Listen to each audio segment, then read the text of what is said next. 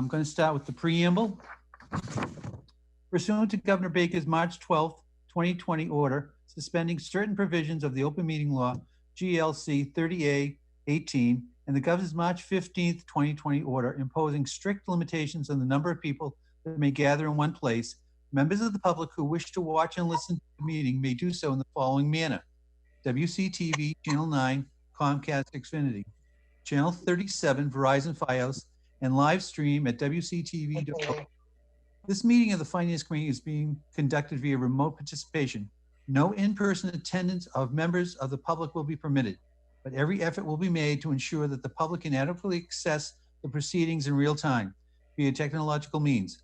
Members of the public who would like to listen to this meeting while in progress may do so via telephone by dialing 1-646-558-8656 and entering the meeting ID 893-1378-9601 and then press pound sign and then press pound sign again at the next voice prompt. Members of the public attending this meeting virtually will be allowed to make comments if they wish to do so by during the portion of the meeting designated for public comment by following the steps previously noted, then pressing *9 on their telephone keypad. This will notify the meeting host that the caller wishes to speak. All callers will be placed in queue in order that they enter the prompt. In the event that despite our efforts, we are not able to provide for real-time access, we will post a record of this meeting on the town's website as soon as we are able. Thank you. Next is going to be a roll call. First, Finance Committee, myself, John Doherty, present. Ms. Manganelli? Present. Ms. Galizzo? Marianne? Is muted. She's muted. John, can you unmute her? I've asked her to unmute. Okay. Present. Marianne? Present. Ms. Kincaid? Present. Mr. Martinson? Mr. Nally? Present. Mr. Shaw?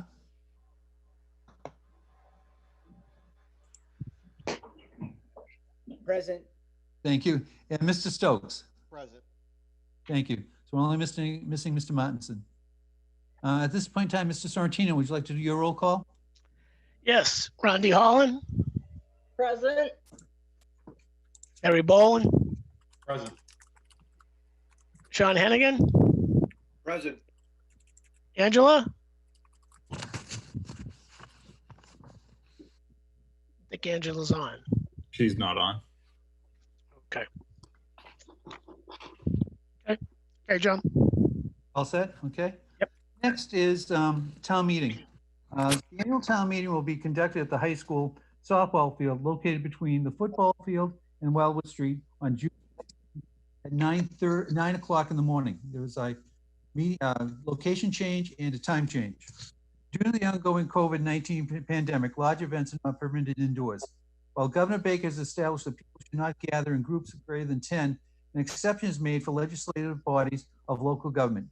Due to the need for the legislative body, which in Wilmington is the town meeting, to assemble to approve an operating budget, consider capital purchases, and changes to the zoning and inhabitant bylaws, such a gathering is permissible. Participants will be expected to wear masks, and seating will be arranged in such a way as to maintain at least 6 feet. The circumstances are far from ideal, but with everyone's patience, we'll be able to do it and complete the town business. Also, tomorrow is the last day to register to vote. Voting for the town election is going to be June 20th from, I have the times, but 8 a.m. to 8 p.m. okay, great, thank you. The town encourages to vote by mail, and the application to do so is on the town's website. One other item. For those residents who wish to speak, please state your name and your residential address, and please stay on topic. On the Finance Committee portion of the public hearing, residents have up to 3 minutes for their comments and questions before getting back in queue if they wish to make further comments. At this point in time, I'd like to turn the meeting over to Mr. Sorrentino. Hello, everybody. Okay, in accordance with provisions of Mass General Law, Chapter 40A, Section 5, the Planning Board is holding a public hearing tonight on the zoning articles proposed for the warrant at the annual town meeting to be held June 27th, 2020. We will address the zoning articles. Article 57, I am in a butter, so I am going to recuse myself from this first article. Randy Holland, will you please take over for this article? Yes, I will. I just wanted to make one note. Angela Marcolina is trying to get in the meeting and she's having difficulty. Thank you. Thanks. All right, Article 57. To see if the town will vote to amend the zoning map of the town of Wilmington by rezoning the following parcels from residence 60 to residence 20, or take any other action related thereto. Map 83, parcels 16A, 25, 27, 28, 30, 30A, 31, 31A, 31B, 32, 33, 33A, and 34.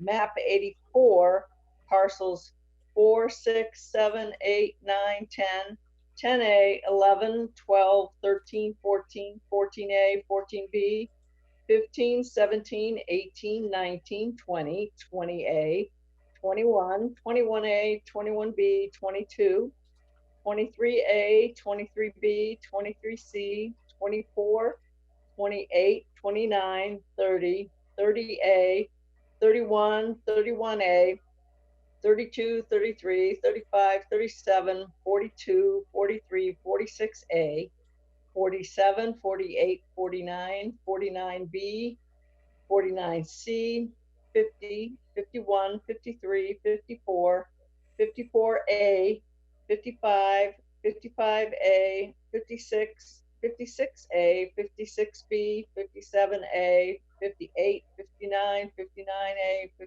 59B, 60, 61, 62, 63, 63A, 64A, 64B, 65A, 65B, 66, 67, 69, 70, 71, 72, 73, 74, 76, 79, 86, 89, 91, 92, 93, 94, 97, 98, 99, 101, and 103. Map R2, parcels 1A and 2. Map 84, parcel 194-44, it's 24 McDonald Road. Map 84, parcel 303-30B, which is 36 Salem Street, and portions of parcels map 83, parcels 11, 13, 14, 15, 15A, 16, 24, and 24A. This article rezones the parcels in the vicinity of McDonald Road from R60 to R20 to reflect existing lot sizes in the area of town where the zoning does not reflect existing conditions. I will turn it over now to Valerie Gendricks, Director of Planning and Conservation, for a brief overview. Thank you, Robbie. And I'd like to note that Angela Marcolina has joined us. She's a planning board member, so all board members are present. So this zoning article is proposing to rezone the parcels around the McDonald Road area from R60 to R20. And on this map here, you can see at the bottom of the screen is Salem Street down here. And then McDonald Road comes off of Salem and winds around up this way. So this area comes up often for rezoning. Typically it's a petition article, 1 or 2 at a time. And the planning board has consistently recommended that this area be comprehensively addressed. And that's what we're proposing to do with this article. So the zoning is currently R60. It requires a very large lot, almost 1.5 acres, and some large setbacks, front setback 50 feet, rear and side setbacks of 25 feet. A lot of the parcels in the neighborhood are not that large. are much smaller than that. So the setbacks are difficult to meet, and it's difficult for folks to put on additions and pools and to do more with their lot. So this is taking those R60 lots, it's rezoning them to R20. R20 requires 20,000 square feet of lot area, and the front setback is 40 feet. The side and rear setbacks are 20 feet. So there's a little bit of relief there for setbacks for folks. This would not, so on this map, you can see that this sort of color right here is the R60 zoning, and the red zones here are R10. Those are smaller lots. This zoning would not impact the R10 lots. They would stay the way they are. And this color along Salem Street here is the R20 zone that would be then extended up into this area. This rezoning would not impact the newer development up the street on McGrain and the end of McDonald Road, North Wilmington Estates. Those would stay the same zoning. It would be the existing lots in this area. So that's a kind of a quick overview. I think the idea is to better match what's out there as far as lot sizes without creating a lot of development potential in the neighborhood, just kind of matching what's there. And I'd be happy to take any questions through Rondi.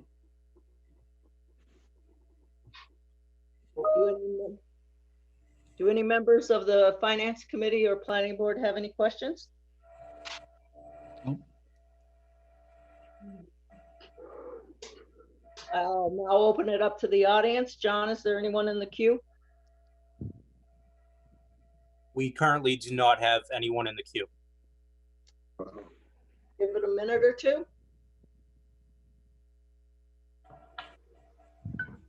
If not, I'll turn it back over to the chairman, Mike Sorrentino. Thank you, Rondi. We will move on to Article 58. To see if the town will vote to amend the bylaws of the inhabitants of the town of Wilmington, revised by amending Section 51, Comprehensive Stormwater Management Bylaw, as follows, or take any action related thereto. Instead of my reading the full article, I will summarize Article 58. This article is to change the town stormwater bylaw to reflect the requirements of the EPA's MS4 permit. I will turn it over to Valerie and Paul, the town engineer, for a brief overview. Thank you, Mr. Chairman. This article is, there are some cleanup items that we addressed with the changes. There's a redlined version of the document that I can just pull up on my screen if it's helpful. It was posted on our website for viewing for the past few months. There's some cleanup items, but really the major change with this is that we're changing it to meet the requirements of the new EPA MS4 permit. And the big change is this one that you see on the screen here. There's a new threshold that anything over an acre has to get a full stormwater management permit. We did have some exemptions for things that were less or that fell into that category, but we can't have that anymore. Anything over an acre of disturbance has to meet a full stormwater permit. So that's a major change. We did some cleanup as well, but really the main gist of it. So I'm happy to take any questions on this. And I know Paul Looney, the town engineer, is also in the meeting to answer questions as well. Anyone on the Finance Committee have any questions?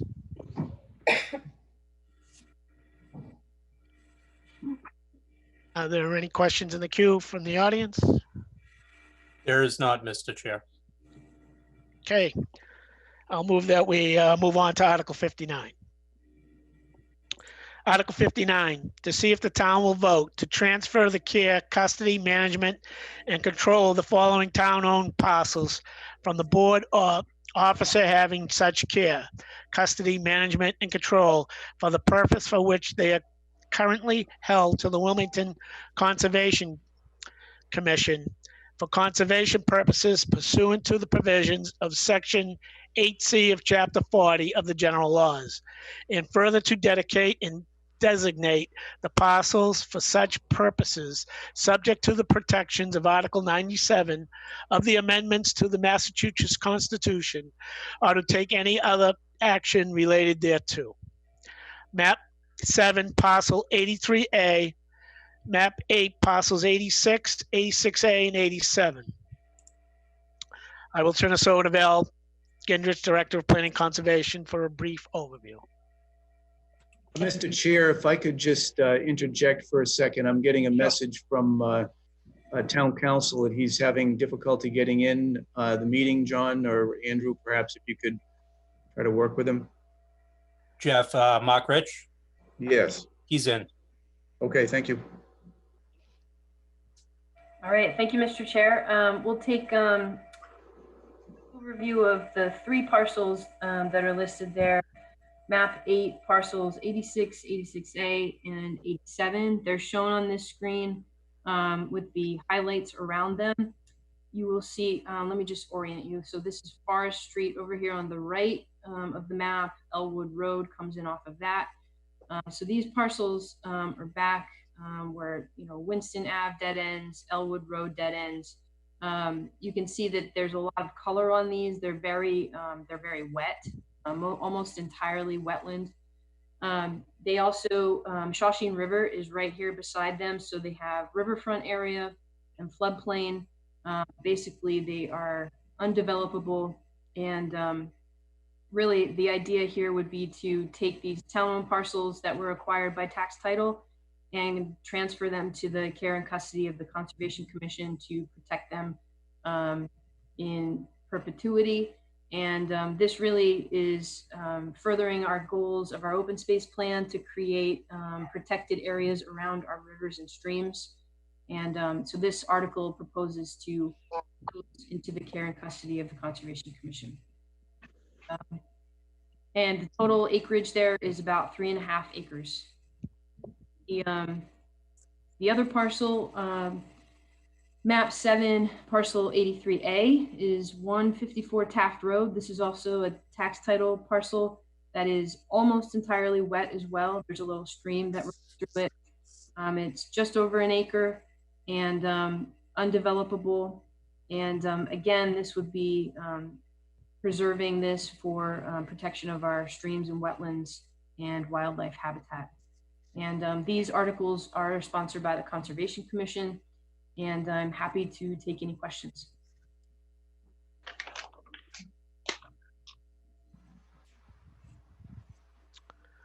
There being no questions, are there any questions from the public? We currently do not have any callers, Mr. Chair. Thank you. That being the case, I say we move on to Article 60. Article 60, to see if the town will vote to amend the zoning bylaws and associated zoning map of the town of Wilmington by voting to rezone from the general business to residential R20, the following described parcel of land known as 5 Shady Lane Drive, Wilmington, Mass. Is the petitioner going to speak on this? Yes, Mr. Chairman, if I may. Okay. Thank you, Mr. Chairman. John, with your assistance, if you wouldn't mind pulling up the map, I'd appreciate it. Sure. 1 minute. Well, hopefully not a minute, but. So while he does that, the property's in a general residence zoning district that begins at Jefferson Road, crosses the beginning of Shady Lane Drive at Middlesex Ave, and ends with the Reading Cooperative Bank site. Residentially used lots on Shady Lane Drive are included in the zoning district before the Reading Coop site. Just wait for the map. So the yellow highlight is our parcel, number 5. Thank you, John. If you would pull up the street scene, you'll see that the parcel immediately abuts the existing R20 zone that begins on Shady Lane Drive and extends into the neighborhood of several streets after Shady Lane Drive, actually behind it. It is surrounded by houses on 3 sides. John, the last one being the house when you're ready. Thank you. The parcel is improved by a split gambrel style house built with approval of the Board of Appeals in 1992. The board's approval noted that the structure was to be built as a house in order to fit in with the neighborhood. While there are several possible uses, as the board knows, in the general business district, including a bank, retail store, nursery school, lodge, and more, I'd respectfully suggest that the change to an R20 with a residential use is best for the neighborhood and certainly a much less intense use than many of the possible uses under the current zoning. Be happy to answer any questions.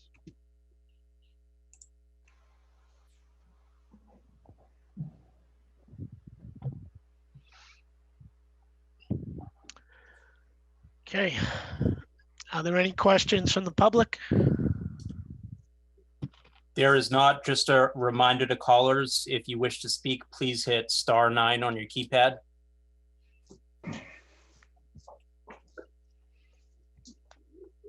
Okay, there being no questions, we will move on to Article 63. Article 63 has been withdrawn. So we will move on to Article 64. Article 64, to see if the town will vote to rezone from general business and general industrial to neighborhood mixed use the following property. The land with the buildings thereon, now known as and numbered 100 and 102 West Street, Wilmington, Middlesex County, Massachusetts, and further being shown as Lot 4 and Lot 5 on a plan of land entitled Approval Not Required Plan number 100-104 West Street, Wilmington, Mass.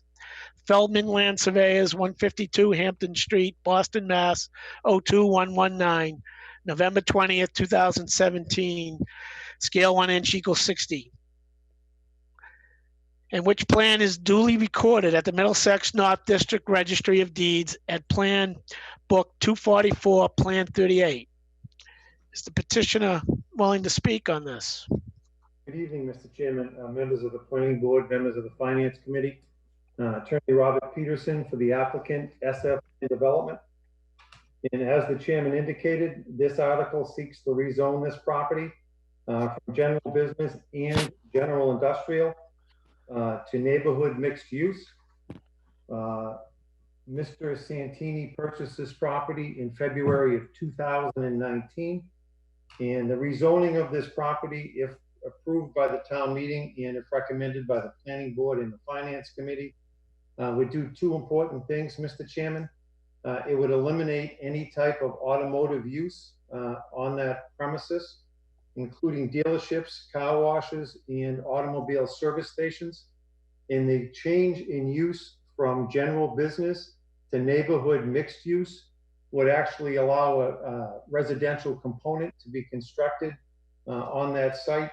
Val, if you could upload the plan I sent to you today on your screen.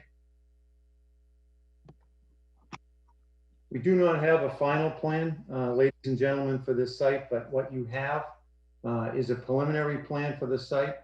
There would be 50 market rate apartments on that site, and there'd be 2 restaurant pads as well. The current plan shows approximately 10,000 square feet of restaurant space, although I would suspect that the final plan would be somewhat smaller than that. The applicant and I met with all of, we invited all of the abutters to this site to a meeting in February, right before the planning board hearing. It was ultimately canceled, and much to our pleasant surprise, there was no objection to the multi-use of the site, either as apartments or with the 2 restaurant pads. Almost to a person, every neighbor that attended that meeting was in favor of the restaurant uses, had no objection at all to the residential use. This would allow, Mr. Chairman and members of both boards, for a responsible development of this parcel with significantly less traffic than prior proposed uses, and as a matter of fact, prior permitted uses on that site. And the board would ask that the member of all boards take that into consideration when considering this proposal. The applicant and I feel that this proposal with the change to allow a partial residential use of this site would be a responsible and beneficial development of that parcel to the neighborhood and to the area in general. And I'd be happy to answer any questions that anybody may have. Anyone have any questions on the Finance Committee? Any questions from the Planning Board members? Any questions from the audience? From the public, I guess I should say. Mr. Chairman, could I ask a question? I know. Oh, of course you can. Yeah, all right. I'm just, hey, I don't have an issue with the proposal, but I'm just wondering where it's neighborhood mix. That's not considered spot zoning. Is there a neighborhood mix in that area? I mean, I haven't been on the planning board in a long time. I just was wondering relative about that. Is it considered spot zoning? Maybe you could ask town council that question. Al, you want to take a shot at that? Sure. So it's I think it's a little bit of a tricky question, and council can feel free to jump in if they'd like. Typically, spot zoning is, a parcel that is surrounded by other things. In this case, there isn't any mixed-use zoning nearby. It is 2 parcels and a considerable amount of land. So I'm not sure where that would fall. Mr. Chairman, I'd be happy to defer to Attorney Rich, but may I also interject to give my 2 cents? Sure you may. It's, in my opinion, this is just a change of business use. The property is already zoned general industrial and general business. The site to the, I believe, to the west, which is the storage site, is also zoned general industrial. So all we're doing is changing the type of zone. It wouldn't be a spot zoning issue. It's not as if we're dropping either a neighborhood mixed use in the middle of a residential neighborhood. We're changing the business zone, not the zoning in general. So many of the uses that are allowed in neighborhood mixed use are also allowed in general business. We're eliminating the automotive use, and the significant change is it would allow for a portion of that site to be developed with residential use, which would not be allowed in neighborhood business. I'm sorry, general business. So it's a different type of commercial zoning, but nevertheless a commercial zoning. It's not as if we're zoning and we're not asking that a piece of property be zoned neighborhood mixed use in the middle of a residential neighborhood. It's completely different. Mr. Chair, can I ask a question, please? Yes, you may. Is this going to have an affordable component to it? There'll be market rate, Mr. Cairo. If I may, Mr. Chairman? Sure. Just getting back to the spot zoning issue, the key issue with spot zoning, of course, is whether the intended zoning, the new zoning, would be consistent with the neighborhood usage. It does sound like, based upon the petitioner's presentation and based upon Ms. Gingrich's comments, that this use would not be inconsistent with neighboring uses, and it sounds like it would be harmonious with the remaining uses, and so would likely not be deemed spot zoning. Just for clarification, Mr. Chairman. Okay, thank you. And Mr. Chairman, if I could jump in on the affordable piece of it. If it is rezoned to mixed use, neighborhood mixed use, there is a required 15% inclusionary. So 15% of those units would be required to be affordable. Stand corrected, Thank Val. you. I realized that after I spoke. We were ready to jump on you for that. Well, Mike, Mr. McCoy, Yeah, Mr. McCoy, do you want to respond? Yeah, I'll just be quick. I just had my 3 years on the planning board, and it's nothing negative to my good friend, Mr. Peterson, I'd be remiss. Hey, I'm looking to do my next 2 weeks and I'm out of here. But I'd be remiss That's okay, Mike. I'd be remiss if I did not bring that up in my good old planning board days under Carol Hamilton and those good folks. That's Yeah, all. no, And it was a good question. Town Mr. council Chairman, says I have no issue with it. Thank you. Okay, thank you. Mr. Chairman, I do have a question. Sure, Mr. Derry. Bob, would there be any future development after what we saw on the screen? In all likelihood, John, no. Val, if you could bring the screen back up for one quick second.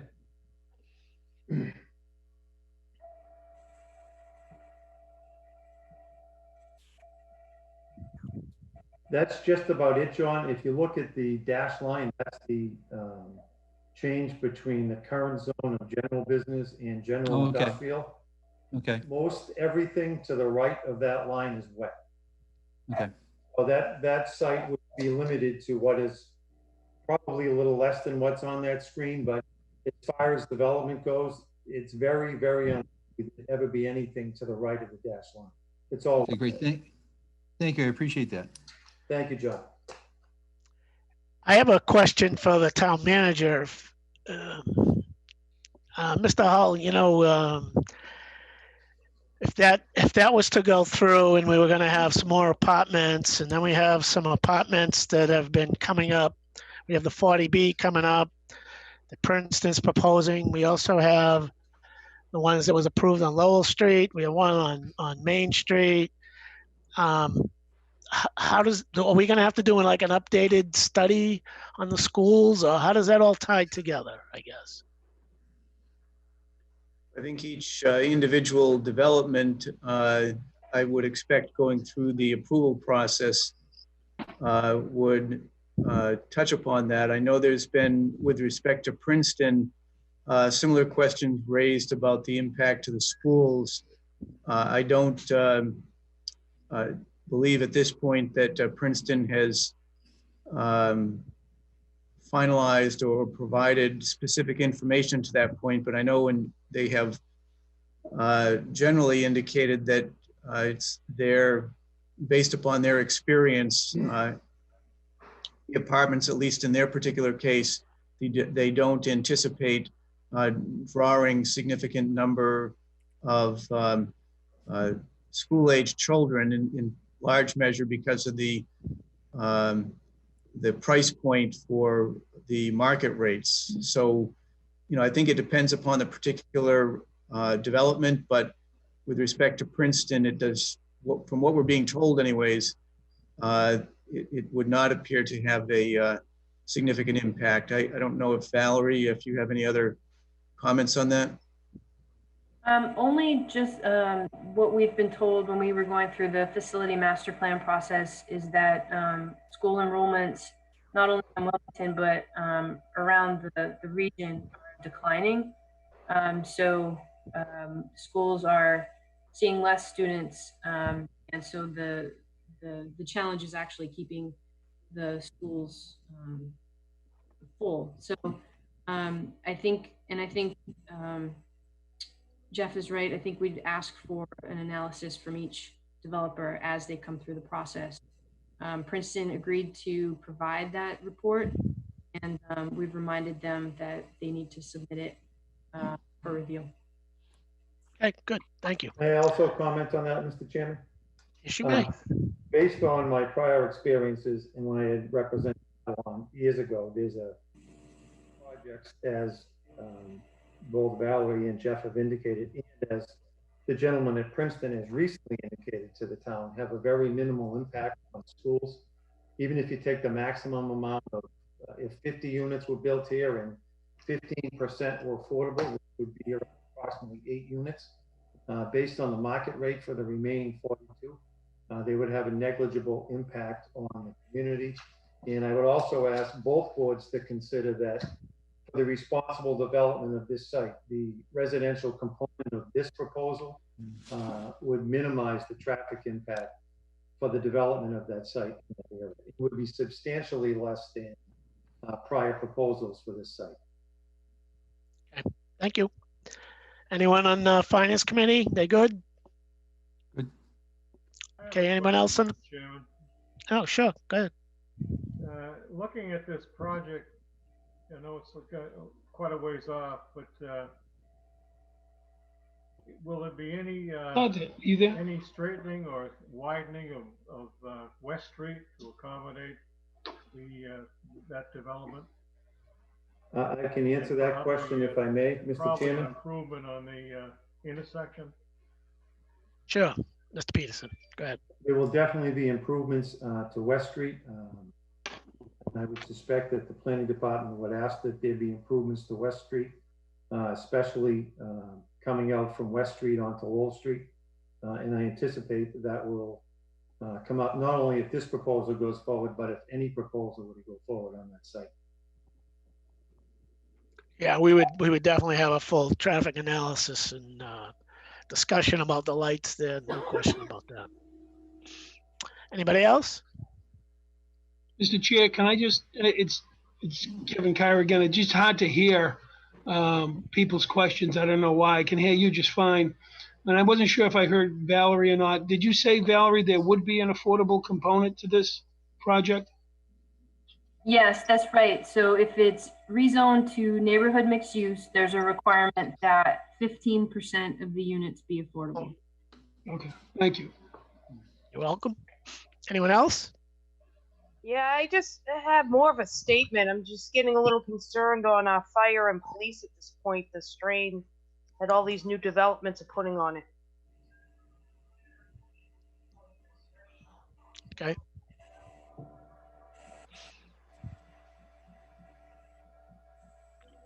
Anyone else have anything to say? Is there any comments from the public? The residents have no problem, should be no problem. We currently do not have any questions from callers. Okay. Sounds good. Well, that concludes the planning board's portion of the meeting. So we'll be adjourning and going on to another Zoom. Thank you, Mike. Yeah, It's all yours. if I could just interject and just on the screen, anyone's watching from home or called in, the information here in the middle of the screen is the information for the planning board meeting that we will now be going to for the board to discuss their recommendations on the articles that we just heard. And that information is on the planning board agenda that was posted on the town website. Thank you. And that's the 1-646-558-8656. Meeting ID 878-3507-9783. Okay. Well, thank you, everyone. Thank you. Thank you, Mr. Chairman. Thank you. Next is the Finance Committee section of it. And Article 1 is the voting. Article 2 is to hear reports of committees and act thereon. Mr. Hull?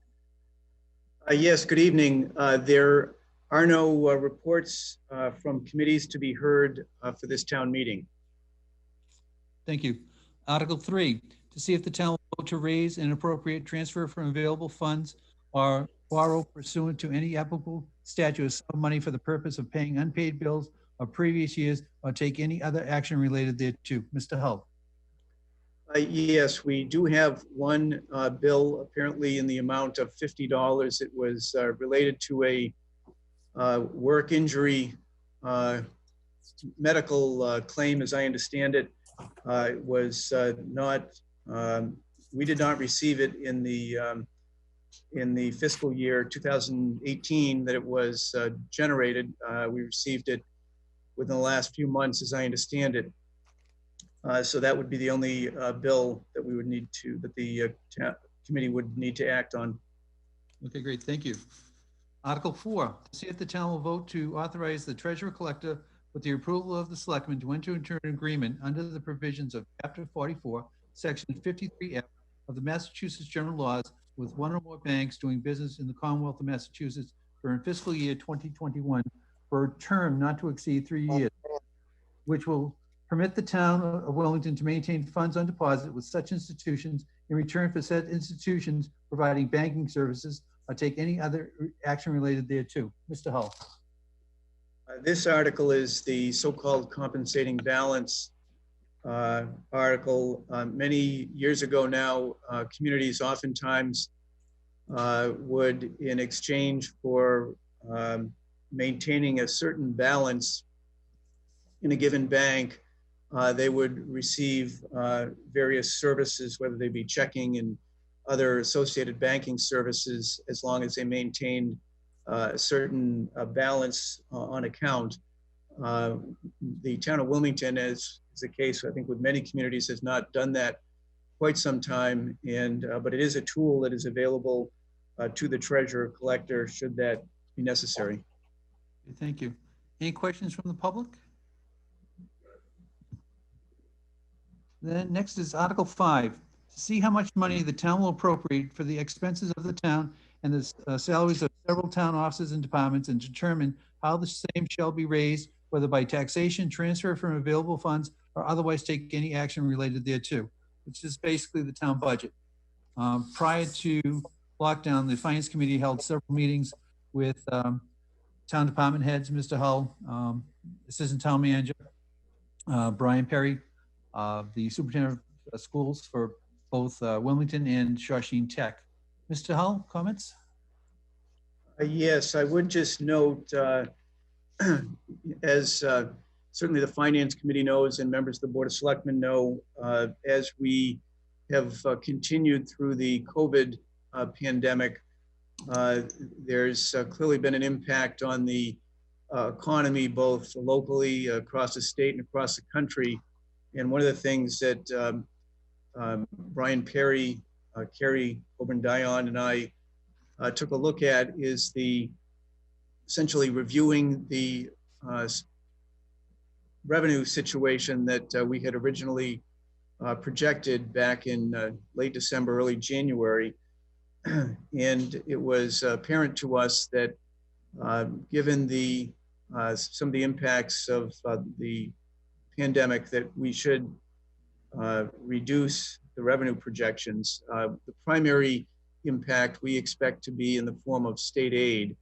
As you know, the Commonwealth of Massachusetts has been spending a significant amount of money on issues related to COVID-19. And aside from the expenditures, because of the number of businesses that have closed, the expectation is that their tax revenues are going to be down significantly.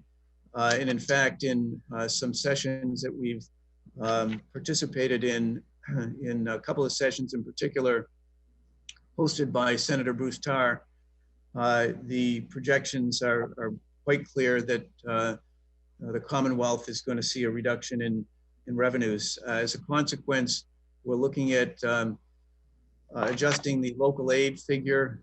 There's two primary accounts in the local aid offering, one being a Chapter 70, which is education aid, and that is the predominant category. We anticipate a potential reduction there of about 5%, which will be a little over $600,000. And then the other category is unrestricted general government aid, a much smaller amount total, but we're anticipating that account, which would be potentially a 15% increase, a decrease rather. Historically, going back to the prior Great Recession, in spite of the challenges the state faced, they were very judicious and reluctant to impact state aid, but really looked at the general government aid. So with all that, also clearly with the restaurants in town here being closed or at least limited with respect to their operations, the meals tax, which we had budgeted at, estimated at $400,000, we anticipate about half of that in the coming fiscal year. So collectively, we are looking at a reduction in revenue of $1,545,000. And as a consequence, we looked at making some adjustments to the budget for fiscal 21. And if you wish, Mr. Chair, I can just outline what those suggested Please go ahead. changes are. Go ahead. So first of all, the July 4th, as you know, will not be, the celebration will not be taking place as it has for many years. In the last few years now, the town has appropriated $50,000 to support overtime costs associated with police and DPW. So that $50,000 will not be necessary, and that will be, I'm proposing, taken off the table. Shawshene Tech, when we initially were putting the budget together, the expectations we were getting from the Shawshene Tech was a 5% increase on our assessment. The assessment, in fact, is coming in at 3%. So the savings there is $93,075. There was also money budgeted in the planning department budget to develop a long-term sidewalk plan. The cost associated with that was $11,000. We're looking to defer that to a future year. The town council budget is currently $307,000. And based upon the last couple of years with current council, we believe that that budget can be reduced by $15,000. Police cruisers, initially the police department was looking for 4 vehicles, and we're looking to reduce that by 2 vehicles. So the 2 frontline patrol vehicles we're looking to defer, and that is $100,000. There was a request for $200,000 for a facilities, school facilities review, essentially taking a closer look at the 6 elementary schools with respect to whether consolidation could happen and some of the different options available.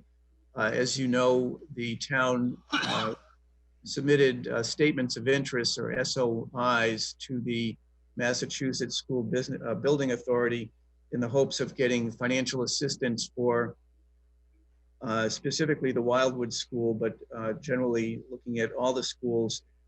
We were told by MSBA that if we're invited into the program, we would have to go through a very similar process in looking at the schools through MSBA. So as a consequence, I'm proposing that we defer $120,000 of that proposed amount on the prospect that we are admitted into the MSBA program. We still have the remaining issue of what to do with the Wildwood School. A best case scenario, we get the MSBA, we're allowed into the program. It typically takes anywhere from 6 to 8 years between the time you initially get into the program to the time that school building is constructed. We saw that with the high school. So we need to be looking at what can be done in the short to intermediate time with the Wildwood School.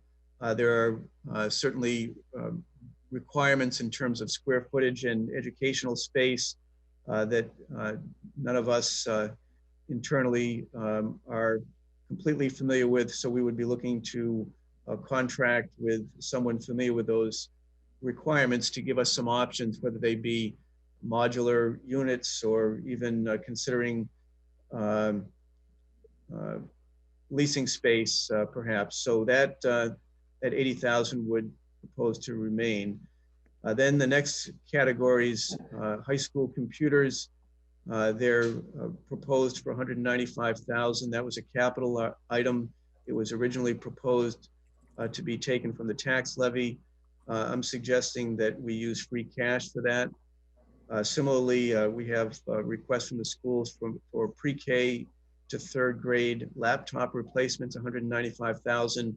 It was initially slated to be appropriated through taxation. I'm suggesting the funds come from free cash. Central dispatch, we need to replace the flooring and the consoles there. That's 195,000. Was initially slated to be from the tax levy. I'm suggesting free cash be used there. Vacuums, street sweeper for the DPW, 280,000 originally slated from the tax levy. I'm proposing that that also come from free cash. The second phase of resurfacing the Woburn Street School parking lot, 210,000 originally slated to be from the tax levy. I'm suggesting that come from free cash. Then the school department is looking to table or defer 25,000, which was a capital request to replace school administrative laptops and desktops. So that's 25,000. And then they were also looking to spend $80,000 on projectors for the elementary schools. These are, and they're looking now to defer 57,000 out of that amount to a future date. So collectively, that brings us up to the amount that we need to offset the revenues, or revenue losses rather. So those are recommendations that I'm making that will appear during the course of discussions about the various articles. But based upon that, that would bring us back into balance. The one other item that we talked about, you'll recall the other night at the Finance Committee meeting, was my original intent had been to offset some of the increase in use of free cash by tabling the effort to review a town hall and school admin facility. Similar to the senior center, the plan was to contract with an architect to engage in schematic design and also hire a owner's project manager to begin the process of looking at replacing the Roman house and the town hall. You'll recall the submission that I made to the Board of Selectmen and the Finance Committee called for tabling that. I know there was some comment from some members of the Finance Committee suggesting that that move forward. I've revisited that and would propose at this point that the project, we seek to have the project funded and as an alternative to, again, offset some of the use of free cash. Originally in my budget, I was proposing that we take $2 million from free cash and transfer it to capital stabilization. And at this point, I'm suggesting that we instead take $1 million and transfer it from free cash to capital stabilization. So those are the major changes that that I would propose at this point in terms of the original budget that I submitted. Great, thank you. Anybody have any questions? Do we have anyone online for questions? We currently do not. Okay. Next, let's go on to Article number 6. To see if the town will vote to raise and appropriate transfer from available funds or borrow pursuant to any applicable statute a sum of money for the purchase of new and/or replacement capital equipment, including but not limited to the following items, and further to authorize the sale, trade-in, conveyance, or other disposition of any equipment being so replaced, such funds to be spent by the town department so indicated with the approval of the town manager, and to the extent set forth in Chapter 592 of the Acts of 1950, the Board of Selectmen as follows. Mr. Hull? Yeah, this first item is originally was slated for 4 police cruisers. As I noted a few minutes ago, we're looking to replace 2 vehicles. These would be unmarked vehicles, not the SUVs that you see in the cost that money that we're seeking there is $90,000. Anybody have any questions or comments on that? Anything from the general public? We do not, Mr. Chair. Thank you. Next, the fire department, Mr. Hull. The fire department, we're looking to replace a utility vehicle at a cost of $52,700. Would be replacing a 1996 Chevy 350 pickup with a a new Ford F-250 gas motor. And this is used for fire suppression in areas in town that are inaccessible to the other vehicles that we have. Okay. And again, with the fire department? There's another one in the fire department, retrofit? Yes, so the next one is forestry vehicle, $32,250. This is a retrofit of a 2008 Ford F-350 with flatbed, skid pump, and other upgrades, including upgrades to the suspension. So that vehicle we currently have in place, and we're simply looking to make upgrades and get some additional use out of it. That sounds great. Any questions for anyone or the public? Seeing none, Department of Public Works, Mr. Hull. Yes, we have two street sweepers. One is a vacuum sweeper, and this is a 2009, and we're looking to replace this vehicle. $280,000 is the cost. Again, I would propose this come from free cash. It's very heavily used, this and the other sweeper that we have in the fleet. Okay, thank you. Next is the six-wheel dump. Yes, this is request 155,000. It's replacing the H14 or 2005 Chevy six-wheel dump truck. This is a vehicle that is used for in-house maintenance as well as snow removal and is clearly a key part of the fleet. Okay. And next we have a heavy-duty one-ton utility body truck. Yes, this is slated to replace a 2007 Ford F-350, 105,000 miles as of January 1 or January 1. This is also limited use right now just because of the excess wear and corrosion. And the dollar value on that one? The dollar value is $85,000. Thank you. And purchase of a heavy-duty three-quarter ton pickup. Yes, the price on this is $43,000. This will replace a Parks and Grounds 2007 Ford F-250 dump truck with 100,000 miles. Great, thank you. Anybody have any questions or comments from the public? Seeing none. The school department. The school department is requesting the replacement of one of their handicapped accessible vans. The cost is $56,000. This would replace a 2011 van, 116,000 miles as of January 1. Okay. Anybody have any questions or comments? Anything from the public? Seeing none, is Article number 7. Number 7. Oh, okay. I'm sorry, go ahead, Jeff. I'm sorry, I jumped the gun there, so you can introduce it. Oh, gee, thank you. Article 7, to see if the town will vote to raise and appropriate, transfer from available funds, or borrow pursuant to any applicable statute a sum of money for the purchase of a new portable radios for the Wilmington Fire Department or take any other action related thereto. Mr. Hull. Yes, these are costs associated with this would be $39,000, and the intent is to purchase 4 to 8 radios, as I understand it. We currently have 17 radios, but as you know, we're with additional officers and additional personnel, we're going to need additional radios. Great, thank you. Article 8, any comments from the public or? We do not. Okay.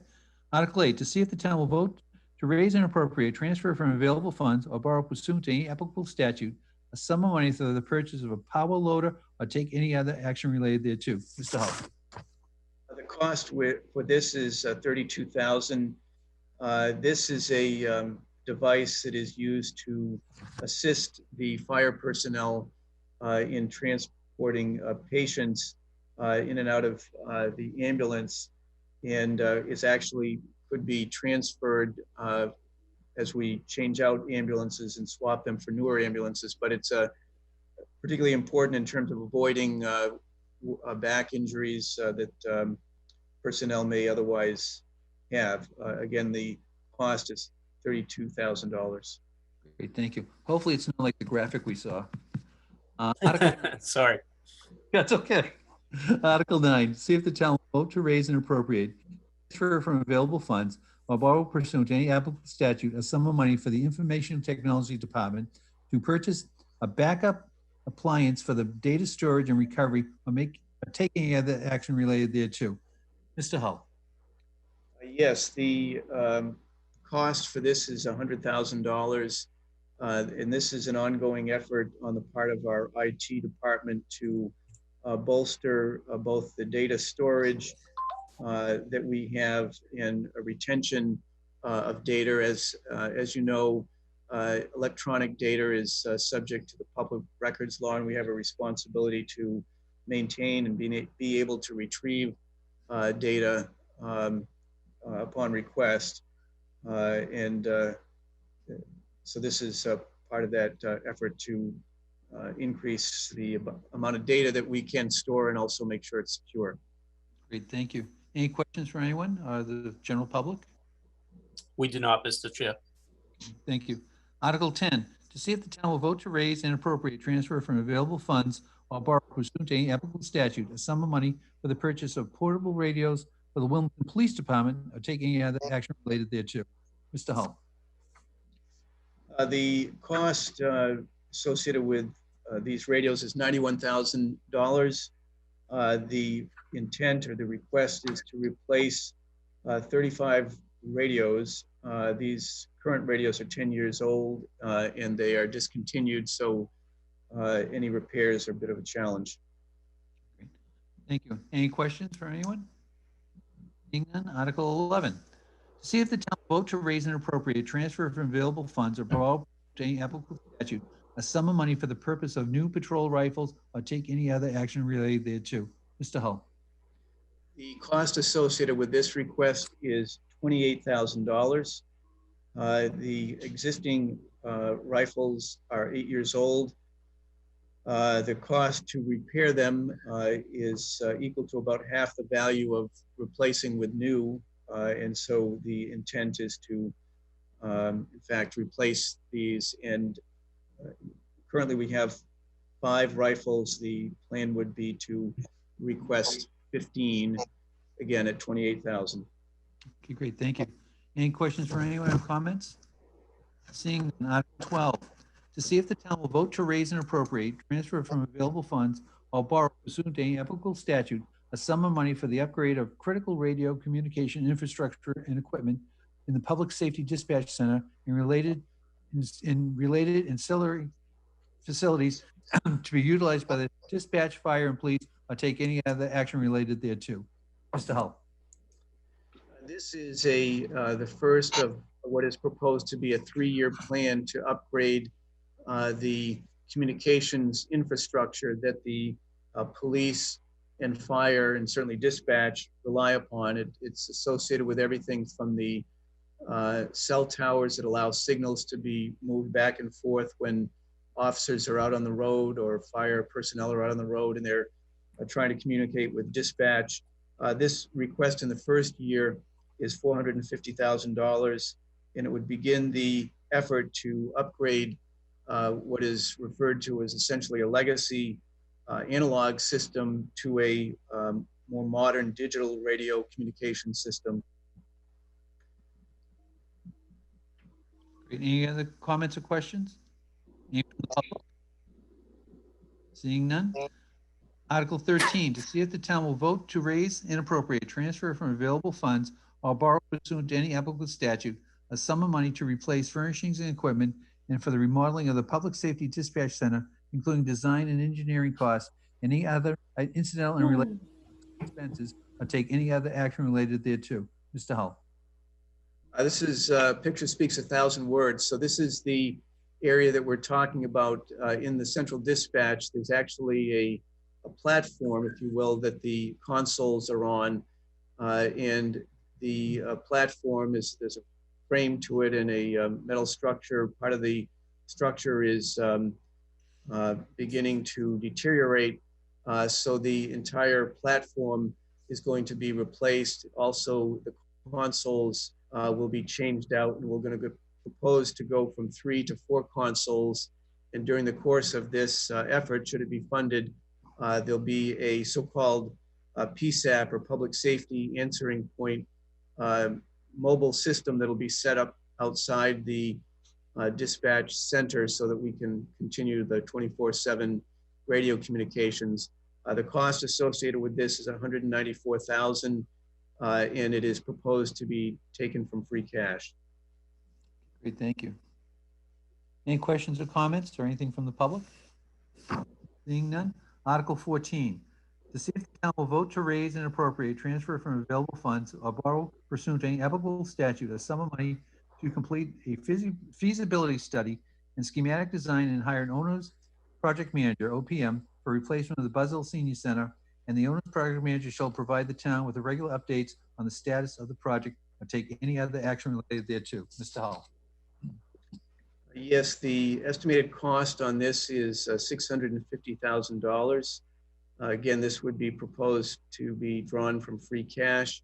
The intent would be to hire an architect that has experience in dealing with municipal facilities to assist the town, first of all, in evaluating the various sites and working with the community. I would expect the Elderly Services Commission to be involved, and others in coming up with the primary site, and then developing schematic design, which would include the building square footage, the room layout, and all the associated features of a building.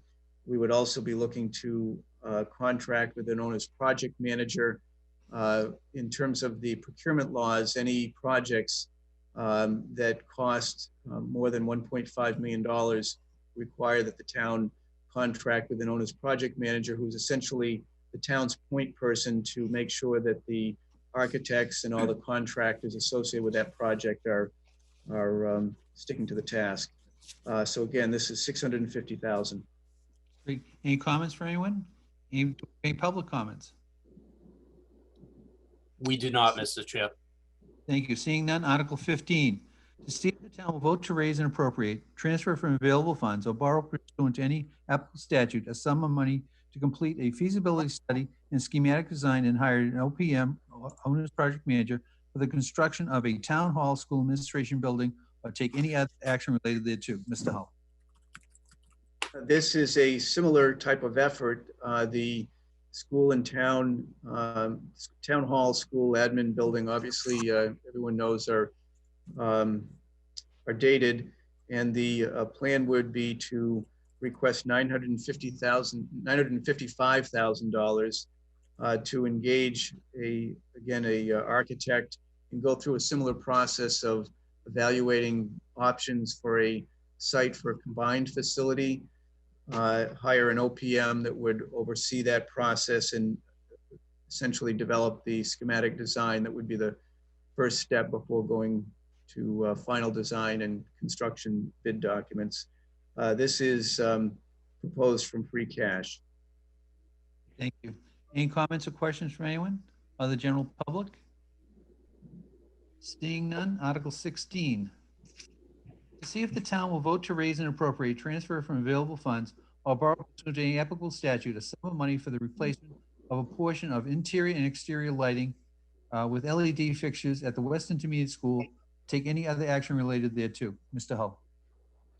Yes, this is an ongoing effort that George has really spurred, George Hooper, Public Buildings Superintendent, and it's an effort to replace the lighting in the various schools around town. This one is actually focused on the first phase of lighting at the West Intermediate School.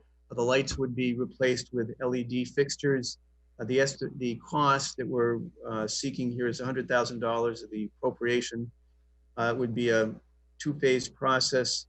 And the value clearly in doing this is that not only is the LED lighting more energy efficient, it also presents a better lumen. It's just a more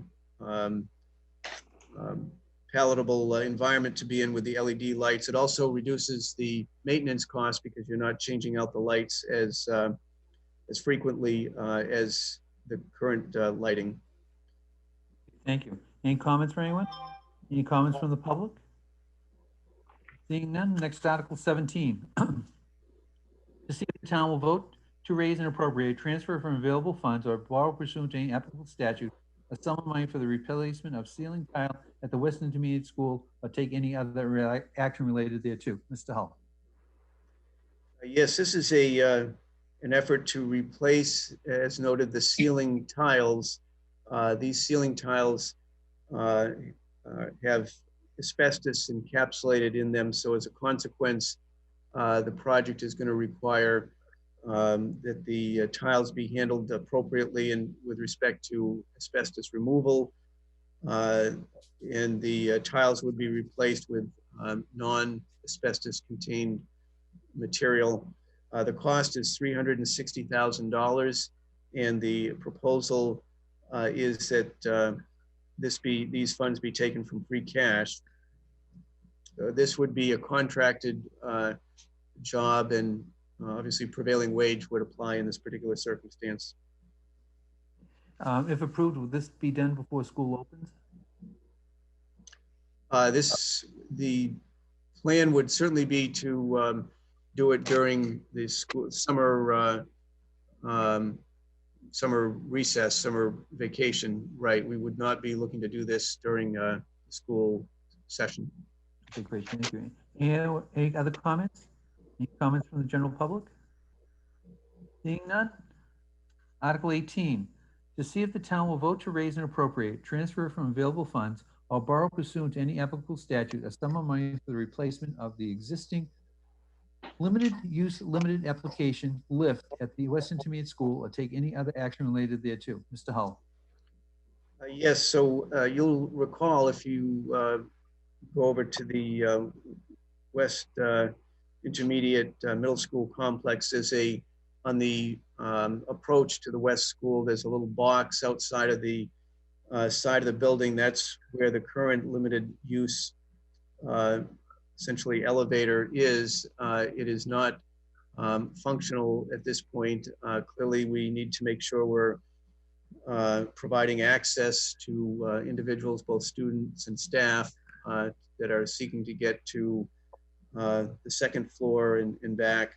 And so the cost associated with this is $79,000 to provide access back and forth. Thank you. Anyone have any comments or questions? Anything from the public?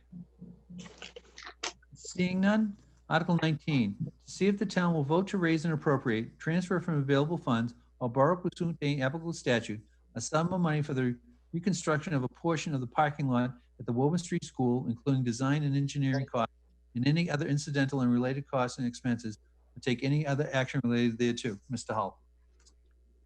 This, as was mentioned earlier, is phase 2 of a work that was done last year at the Woburn Street School. It's part of a longer term plan that we've been engaged in now for several years to repave municipal parking lots. This is phase 2 of the Woburn Street. The cost is $210,000, and the proposal would be to draw that from a free cash. Thank you. Any questions or comments? Any comments from the public? Seeing none, we'll go on to Article number 20.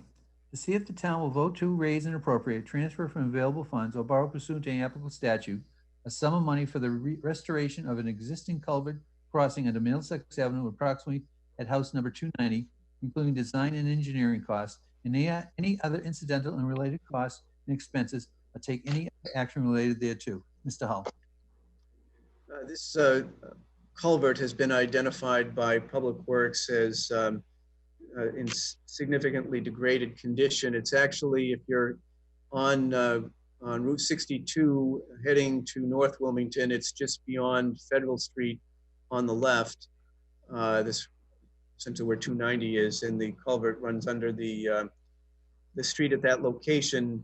The proposal is to create a concrete slip line, so to speak, that essentially is formed around the existing structure, and it would avoid having to shut down Middlesex during the work to be done on this culvert. The cost is $80,000. Thank you. Any questions for anyone or any comments from the public? Seeing none, we'll go on to Article 21. To see if the town will vote to raise and appropriate, transfer from available funds, or borrow pursuant to any applicable statute a sum of money for the construction of a sidewalk on Shady Lane Drive, approximately one-half the distance between Lawrence Street and Middlesex Ave, including design and engineering costs, and any other incidental and related costs and expenses, take any other action related thereto. Mr. Hull. This again is part of an ongoing effort that Public Works has taken on for several years townwide, but in the last 3 years at Lawrence Street and Shady Lane. The ultimate goal is to connect Glen Road to Middlesex Ave, and this would be the 4th phase of that effort to continue sidewalks along Shady Lane. And the expectation would be that one final phase would make the connection. Cost on this is $50,000, and most of this work is going to be done in-house, as has been the case on this project. Great, thank you. Any comments or questions for anyone? Anyone from the general public? Seeing none? Article number 22, I'll do the abbreviated version. To see if the town will vote to authorize the Board of Selectmen to acquire by gift, purchase, eminent domain, or otherwise all or a portion of the property or interest therein located at 64 Wildwood Street in abutting Wildwood Cemetery. Mr. Hull? Yes, one of the things that we've known for some time now is that the Wildwood Cemetery there's a projected life, so to speak, in terms of capacity for burials there. And so Mike Woods and others have been looking at options. A lot of the area around the cemetery is wet, but there is this particular parcel, 64 Wildwood. There's 8.5 acres. A good portion of that, in fact, is wet, but there is a portion that is upland, and we believe that it would be to the town's advantage to acquire the property for expansion of the Wildwood Cemetery. The amount that I'm requesting is $450,000, and I would propose that that be taken from free cash. Any questions or comments for anyone? Anything from the general public? Seeing none, we're on to Article number 22. To see if the town will vote to raise and appropriate transfer from available funds or borrow pursuant to statute a sum of money to comply with the municipal separate storm sewer system MS4 requirement as part of the National Pollutant Discharge Elimination System, including design and engineering costs and any other incidental and related costs and expenses, or take any other action related thereto. Mr. Hull. Yes, the request here is for $50,000. This is again a multi-year effort. The NIPDES, so to speak, which is National Pollution Discharge Elimination System, it comes out of the Clean Water Act that was passed in the early 70s, essentially to control discharges into natural water, bodies of water. And so there are efforts required in terms of testing and efforts to ensure that the discharges from the surface areas that we're minimizing the pollution going into these water bodies. And so the request again is $50,000. Okay. Any questions for anyone or from the general public? Seeing none, Article 24. To see if the town will vote to raise and appropriate, transfer from available funds, or borrow pursuant to statute a sum of money for the school facilities and building planning study, or take any other action related thereto. Mr. Hull.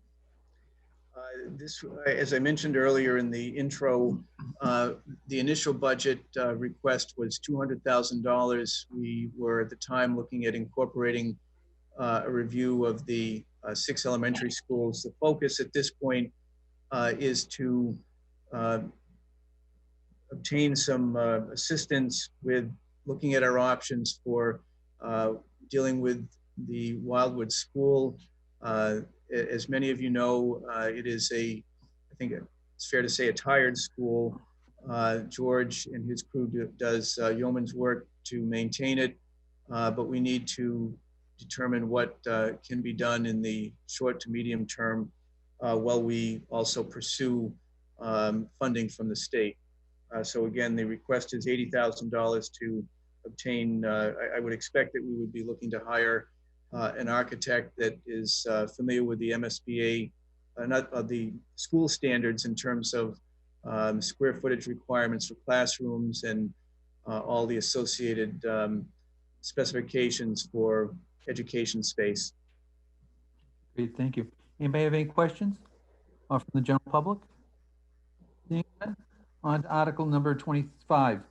The city will vote to raise and appropriate and transfer from available funds or borrow pursuant to an applicable statute a sum of money for the replacement of existing laptops, docking stations, and monitors at the Wilmington High School, or take any other action related thereto. Mr. Hull. This is part of the school department's capital plan. They're looking to replace approximately 88 computers and 66 docking stations. The cost is $195,000. The current laptops are 2014 vintage, and apparently some of the screens and batteries are failing. $195,000, and the request would be that these funds be drawn from free cash. Great, thank you. Any questions or comments? Any from the general public? Seeing none, we're on to Article 26. To see if the town will vote to raise and appropriate, transfer from available funds, or borrow pursuant to any applicable statute a sum of money for the replacement of existing laptops, docking stations, and monitors at the Boutwell, Wildwood, Shawshene, and Woburn Street schools, or take any other action related thereto. Mr. Hull. And this is a very similar request. In fact, the amount is identical, $195,000 to replace computers that are vintage 2014. And this request is that the funds be taken from free cash. Thank you. Anybody have any questions or comments from the general public? Article number 27. To see if the town will vote to raise and appropriate, transfer from available funds, or borrow pursuant to any applicable statute a sum of money for the replacement of existing projectors and with interactive projectors and classroom systems at the Boutwell, Wildwood, Shawshene, and Woburn Street schools, or take any other action related thereto. Mr. Hull. The original request submitted by the school department was $80,000 for replacement of these projectors. As noted earlier, in an effort to reduce the budget to address the revenue shortfall or expected revenue shortfall, they've modified that request to $23,000 and are deferring on the balance. So $23,000 is the request. Okay. And is that from taxation or free cash? Yes, that would be from taxation. Taxation. Okay. Thank you. Any questions for anyone or general public? Seeing none, on to Article number 28. To see if the town will vote to raise and appropriate, transfer from available funds, or borrow pursuant to ample statute a sum of money for the replacement of existing desktop and laptop computer replacements for the Wilmington Public School Administration, and take any other action related thereto. Mr. Hull. Again, this is part of the school department's capital replacement of computers. They were seeking $25,000. They're looking to defer on that. This was part of their effort to assist with reducing costs to bring us back into balance. Okay. So this would be passed over. Thank you. Anyone have any comments or questions? Public? Seeing none. Article 29. To see if the town will vote to raise and appropriate, transfer from available funds, or borrow pursuant to any applicable statute a sum of money for the multi-year replacement of Chromebooks and Chromebook carts for the Wilmington Public Schools, or take any other action related thereto. Mr. Hull. Yes, Chromebooks are a critical part of the resources that the school department uses. The students all use, or most of them use Chromebooks.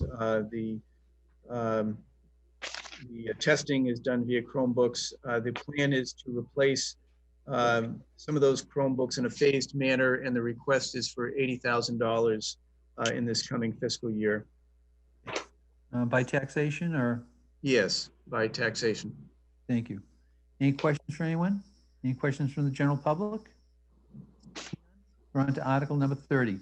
To see if the town will vote to raise and appropriate transfer from available funds or borrow pursuant to any applicable statute a sum of money to deposit in the other post-employment liability trust fund established in accordance with MGL Chapter 32B, Section 20, take any other action related thereto. Mr. Hall. Yes, this is an ongoing effort. This will actually be year number 6, where I'm looking to put funding into this other post-employment trust fund.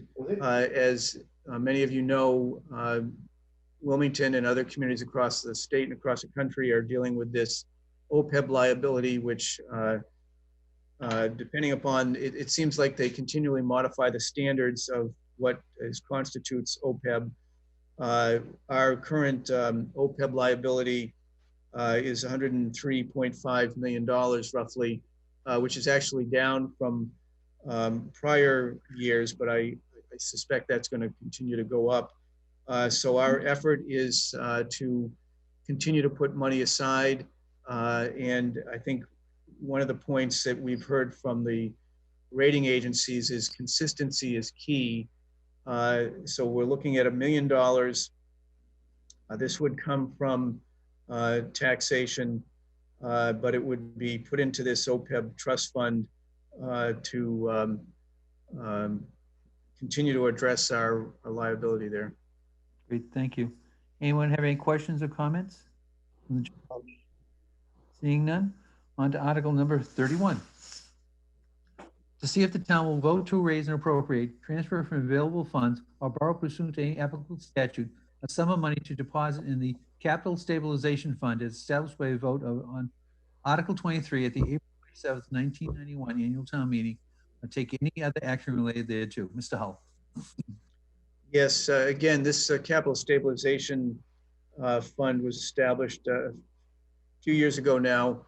The intent being to earmark funds for costs associated with building replacement and upgrade. So certainly while we have free cash, and that is one source of covering those costs, I think it's important also to have a targeted source of funds for these kinds of capital projects. As I've mentioned many times, one of the things that came out of our facilities plan is the significant cost associated with addressing the various municipal buildings, whether it's replacements or in the case of the Harnden Tavern, even upgrades. It's the original number back when the facilities plan came out with was 143 million. Obviously, there were different assumptions at the time, but I think it's fair to say that that number is still in that range. So the plan here, initially I was proposing to put $2 million transfer from free cash into this capital stabilization account. As I noted earlier, as a means of trying to offset the amount of money being taken from free cash this year, I'm suggesting that the amount be reduced from 2 million to 1 million. So $1 million being transferred from free cash to the stabilization account, which would increase the amount in that account to approximately $15.6 million. Thank you. Anybody have any comments or questions from the general public? Seeing none, on to Article number 32. To see if the town will vote to raise and appropriate, transfer from available funds, or borrow pursuant to any applicable statute, a sum of money to pay the Middlesex retirement system in addition to the annual assessment, or take any other action related thereto. Mr. Hull. This is another effort that we've been engaged in for several years, and this will be our 5th year, looking to accelerate our payments towards our Middlesex retirement liability. So as with the OPEB, we also have a pension liability that, again, communities across the Commonwealth and across the country are dealing with. Essentially, it's a pretty straightforward explanation in that, similar to making early payments on your mortgage, you're going to retire your mortgage sooner. The hope is here by not only making our annual retirement assessments, which we're obligated to make. If we make an additional payment, we will reduce our retirement liability sooner. And ideally, to the extent we can do that, the funds that we're putting towards paying down that pension liability can be redirected to dealing with our OPEB liability. So the plan is to take $1.5 million from the tax levy and apply that as an additional payment on our retirement liability. Thank you. Any comments or questions for anyone? Questions from the general public? Seeing none, we're on to Article 33. To see what sum the town will vote to transfer into various line items for the fiscal year 2020 budget from other line items of said budget and from other available funds, or take any other action related thereto. Mr. Hull.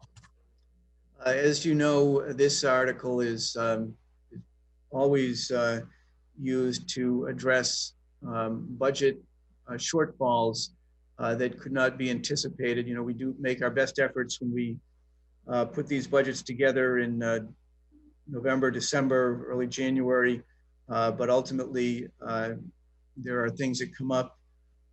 This year, however, I'm suggesting that instead of waiting until the 27th, that when we meet with the Finance Committee in a couple of days here on the 11th, that we request funds from the reserve account to address budget overages.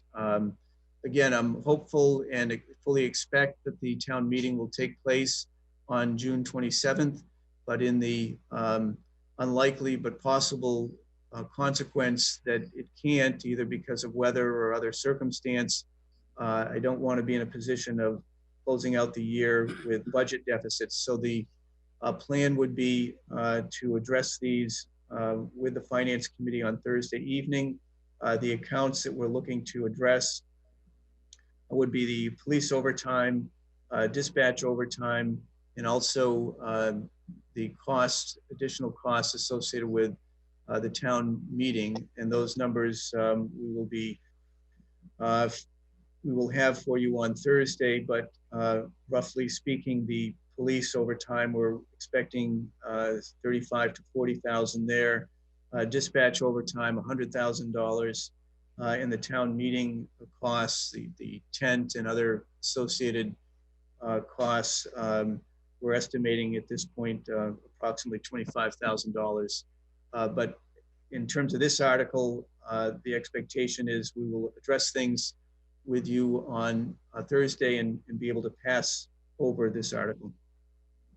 Also, if for some reason something comes up between Thursday and the actual town meeting, so if it does go off, we can have a finance committee prior to town meeting as well. Yes. You know, just in case. Anybody have any questions or comments? Any from the public? Seeing none, we're on to the next article. Article number, where is it here? 30. To see if the town will vote to raise and appropriate, transfer from available funds, or borrow pursuant to any applicable statute a sum of money for the funding of the 4th of July celebration, or take any action related thereto. Mr. Hull. So unfortunately, as one of the casualties of COVID-19 is the celebration of July 4th. This was slated to be their 40th anniversary celebration. Unfortunately, it can't happen as a consequence. The $50,000 that was budgeted to offset some of the overtime costs for police and DPW primarily, that $50,000 will not be required. Okay, thank you. Any comments or questions? Seeing none, on to Article number 35. To see if the town will vote to raise and appropriate, transfer from available funds, or borrow pursuant to any applicable statute a sum of money for the observance of Memorial Day and Veterans Day, or take any other action related thereto. Mr. Hull. The request here is for $8,000. This covers the work that Lou Samaglier and Mike Fronten and his department does in preparation for Memorial Day and Veterans Day, the flowers and other associated costs. So that is $8,000. Okay. Any questions or comments? Seeing none, on to Article number 36.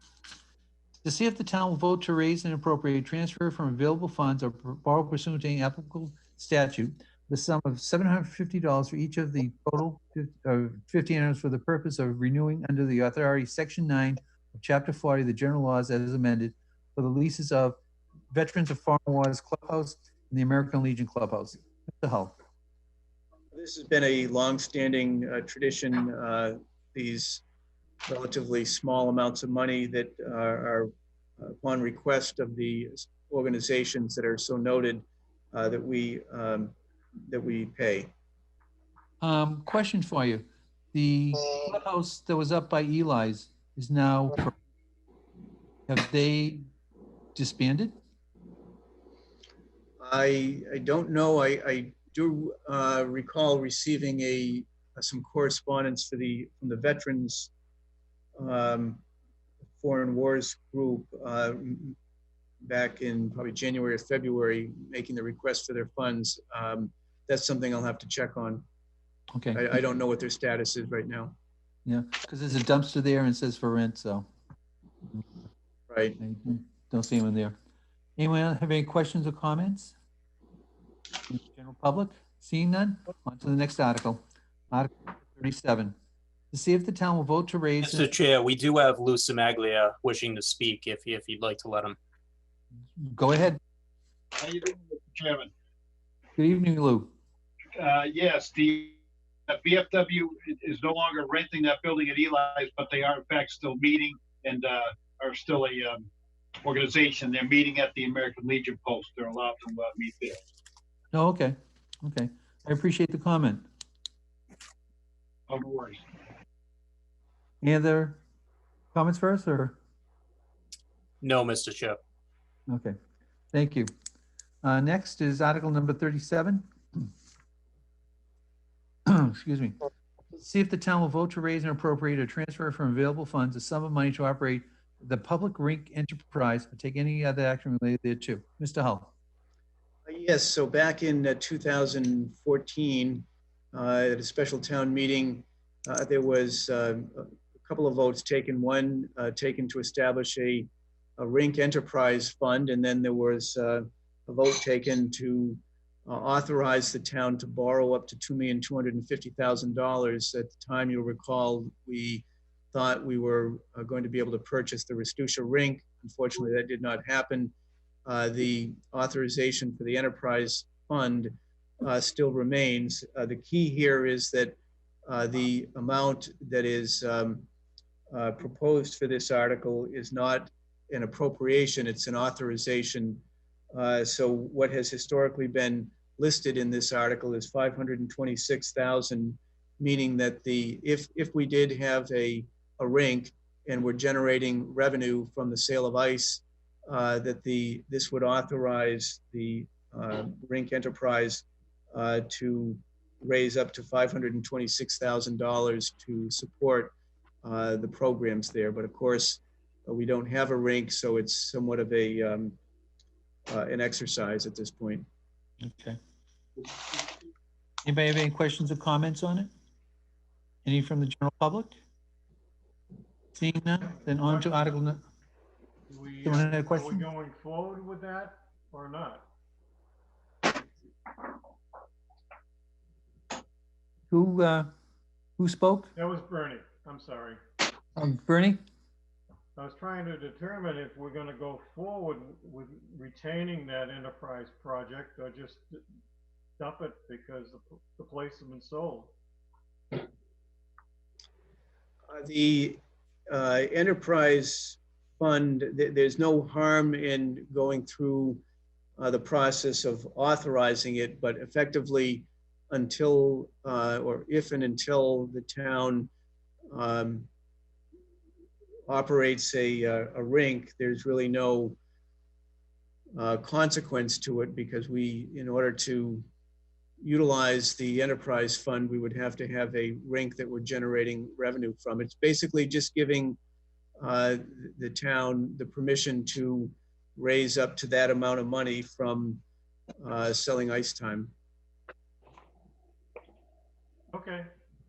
Okay, oh, sorry about that. Okay. Next is Article number 38. To see if the town will vote to determine the spending limits for revolving accounts established pursuant to section 53E and a half of chapter 44 of the general laws and section 29 of chapter 3 of the town of Wilmington inhabitants bylaws for the fiscal year beginning July 1st, 2020 and ending on June 30th, 2021 as follows, of taking any other action related thereto. Jeff? Yes, again, this has been a long-standing article. Some years ago, you'll recall that we started selling compost bins, and these revolving accounts essentially allow for the funds that are received from the sale of those bins to go back into this account, and there's an authorization to spend up to $4,500 to replace the bins, and it's kind of a continuing cycle, if you will. Similarly, there was a program that Shelley Newhouse obtained through the town some years ago that allows for individuals who are looking to replace their septic system or are required to because it's failing and they're not able to get, they don't have the financial wherewithal to do it themselves, to go through this program. And the funds, there's a payment process that they're required to subscribe to, and the funds that come back to the town go into this revolving account. So in this case, it's authorized up to $200,000 to loan out to people, and this continues to this day that we get 2 or 3 residents a year going through this program. Great, thank you. Any comments for anyone? Any comments from the public? Seeing none, on to Article number 39. To see if the town will vote to transfer a sum of money from the methanol tertiary butyl ether MTBE fund to pay for a portion of the cost for Salem Street Wellfield Rehabilitation Project or take any other action related thereto. Jeff. A number of years ago, the Wilmington and many other communities received settlement payments from several of the larger petroleum companies because of some pollution issues that went to court. The town has remaining in this account $600,000. The money is directed to be used for protection of drinking water supplies. The water department, water division has a plan on the docket to rehab the Salem Street well. This is something that happens with some regularity to bolster the amount of water that we can draw from our own water supplies. The cost for that project is $650,000. The intent here is to take the remaining $600,000 from this MTBE fund, and then the balance of $150,000 would come out of the water rates that residents in town, pay through their water bills. That brings it to $750, Jeff. That's right. So the total request, the total cost of this project is going to be $750,000, and the amount to be taken from this MTBE account is $600,000. Okay. Anybody have any questions or comments from the general public? Seeing none, on to Article number 40. To see if the town will vote to appropriate the sum of $6,073.70 or such other amount as town meeting may approve for the Transportation Infrastructure Receipts Reserve Account for the purpose of roadway surface crack sealing or take any other action related thereto. Jeff? This is somewhat of a curious account that we have, but every municipality in the state receives some amount of money tied to this tax that is imposed on the outfits like Uber and Lyft that provide transit. The amount that we have available to us for the coming fiscal year is $6,073.70. And so we're looking for authorization to for the DPW to be able to expend that on crack sealing and road maintenance. Anybody have any comments or questions? General public? No, seeing none? On to Article number 41. See if the town will vote to raise and appropriate a transfer of department receipts or user fees, a sum of money to operate the Department of Public Sewer Division enterprise or take any other action related thereto. Jeff? You will recall last year at the town meeting, there was an article to establish an enterprise fund for the sewer division. This was a recommendation that came out of an evaluation that we had done a couple of years ago. We received a community compact grant, and the folks that engaged in that process recommended that we establish a enterprise fund for the sewer operations. So as a consequence now, instead of those funds being appropriated at, through taxation, the funds that are generated through sewer charges go back into this account, and then they pay for the expenses related to operating the sewer system.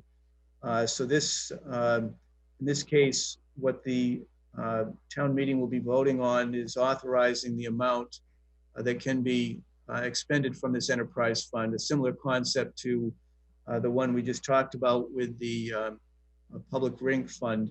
So in this case, the request is to authorize $3,461,963 for the operation of the sewer division.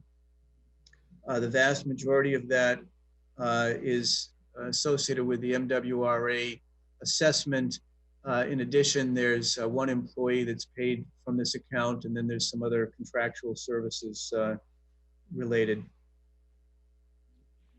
Do I have any questions or comments from the general public? Seeing none, on to Article number 42. To see if the town will vote to appropriate from the PEG Access and Cable-related Special Revenue Fund the sum of $600,000 to be expended under the direction of the Board of Selectmen and PEG Access Services pursuant to the provisions of MGL Chapter 44, Section 53F and 3/4, or take any other action related thereto. Jeff? So one of the provisions, this is a change from a few years ago. PEG, being Public Education and Government Access, is what is the program that WCTV allows them to provide the service that they do for us with regard to covering public meetings and so on. And so the change that was instituted a few years ago, whereas initially the town would receive the funds from Verizon and Comcast that they generate from a 5% fee associated with people's cable bill. Those funds, instead of going directly to WCTV, now come to the town, and then the WCTV requests the money to be taken from the town. So this $600,000 is the estimated expenditure based upon the revenue that we receive historically from Comcast and Verizon. So this authorization by the town will allow us to transfer those funds that come from Verizon and Comcast to WCTV, which is the lion's share of their operating budget. Okay, great, thank you. Any comments for anyone from the general public? Seeing none, on to Article number 43. To see if the town will vote to authorize a 5-year agreement for the curbside collection of trash and recycling, or take any other action related thereto. Jeff? So this, you'll recall, has somewhat of a storied past. We were involved in a 10-year contract with Russell Disposal for recycling and trash. And I guess a couple years ago now, with the situation that took place in China, where they were no longer taking recycling material, it created a problem for communities all over the place, including Wilmington. Ultimately, we, in order to maintain service with Russell, agreed to pay a portion of the cost for disposal of the recycling, and then eventually wound up paying the full freight, so to speak. And as a consequence, last year, Russell indicated to us that they were no longer prepared to continue the contract arrangement. We were able to work with them and essentially get them to commit to 1 more year of curbside collection, with the expectation that we would issue a bid for a replacement contractor, which we have done. The contractor that we're looking to go with is Casella. They're actually the ones that have the recycling disposal outfit. And so this contract allows us to, this vote allows for a 5-year contract. Typically, contracts are only permissible for up to 3 years. So with this approval, we could have a 5-year contract with them starting 7/1. And the amount? The amount, let me get that. The first year amount on the trash is $1,168,000, and that is based upon an estimate of 7,500 tons.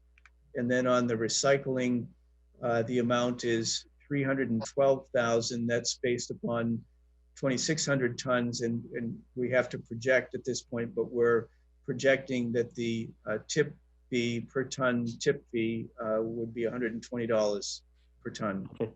Now, we still have 5 years left for Russell on the bins themselves. Is that money included in this? Yes, there is.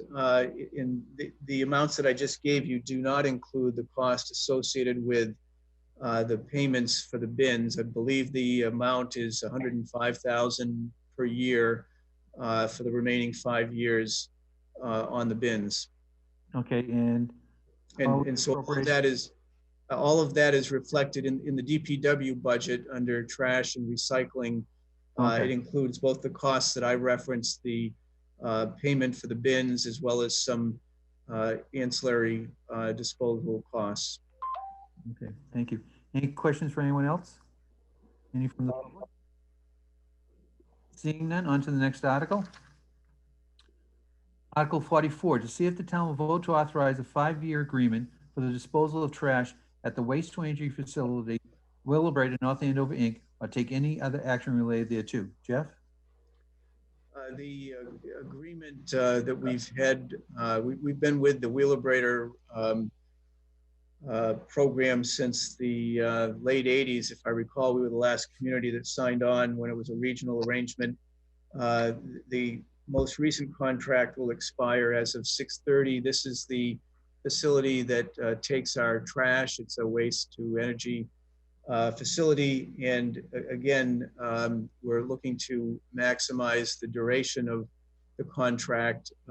Typically, anything beyond a 3-year contract requires approval by town meeting. So that's why this is on the docket. The first year cost of that Wheelabrator program is $585,000. Thank you. Any comments for anyone from the general public? Seeing none, on to Article 45. The city town will vote to amend Chapter 2, Section 1 of the bylaws of the inhabitants of the town of Wilmington, revised by changing the date of the annual town meeting to the last Saturday in April, and the annual town election to be scheduled for a Saturday prior to that Said section shall read as follows. Jeff? You'll recall that the Inhabitant Bylaw Committee met for, actually there were two phases. One that was started under the former town clerk, Sharon George, and more recently was continued with the efforts and facilitation of our current town clerk, Tina Conway. And as a consequence of the efforts of that committee, there were a number of recommendations to revise the inhabitant bylaws. The first being to change the date for town meeting as noted here to the last Saturday in April, with the expectations that the elections would take place the preceding Saturday. Any questions or comments for anyone? Any from the general public? Seeing none, we're on to Article number 46. See if the town will vote to amend Chapter 2, Section 3 of the bylaws of the inhabitants of the town of Wilmington, revised by changing the time of the annual town meeting from 10:30 a.m. to 9 a.m. or take any other action related thereto. Jeff? Again, this was another recommendation of the committee that the meeting start earlier. I think the underlying intent here, and certainly Tina and town moderator Rob Peterson can offer their own comments, but I think the intent was to try to make the meeting more user-friendly, so to speak, and try to encourage a greater level of attendance. And this was one of the tools that perhaps will do that. Great, thank you. Any comment for anyone? Yeah, Bernie? yeah, my only comment, we have a hard problem getting a quorum for 10:30. Are they really optimistic that they think they can do it at 9 o'clock? We're offering free Starbucks coffee. Yeah, good one. This is a any other recorded. comments? You I'm should. Just saying this is recorded. That's true. And we're live on TV, so. Any other comments? Seeing none. Any from the general public? Seeing none. On to Article number 7, sorry. To see if the town will vote to amend Chapter 2, Section 10A of the bylaws of the inhabitants of the town of Wilmington, revised by including an overall omnibus budget presentation by the town manager, followed by taking up of the operating budget as a whole by inserting the following language in subsection 5 therein, so that the subsection 5 shall read as, to hear the omnibus budget presentation by the town manager, and then to appropriate monies for expenses of the town and the salaries of town officers and departments as a whole, and determine how same shall be raised, or take any other action thereto. Jeff? Again, this was a recommendation of the Inhabitant Bylaw Committee. The thought, as I understand it, was to have the town manager present a budget overview at the outset of the meeting, to try to inform those in attendance to the greatest extent possible about the budget that was before them. And also, again, looking to try to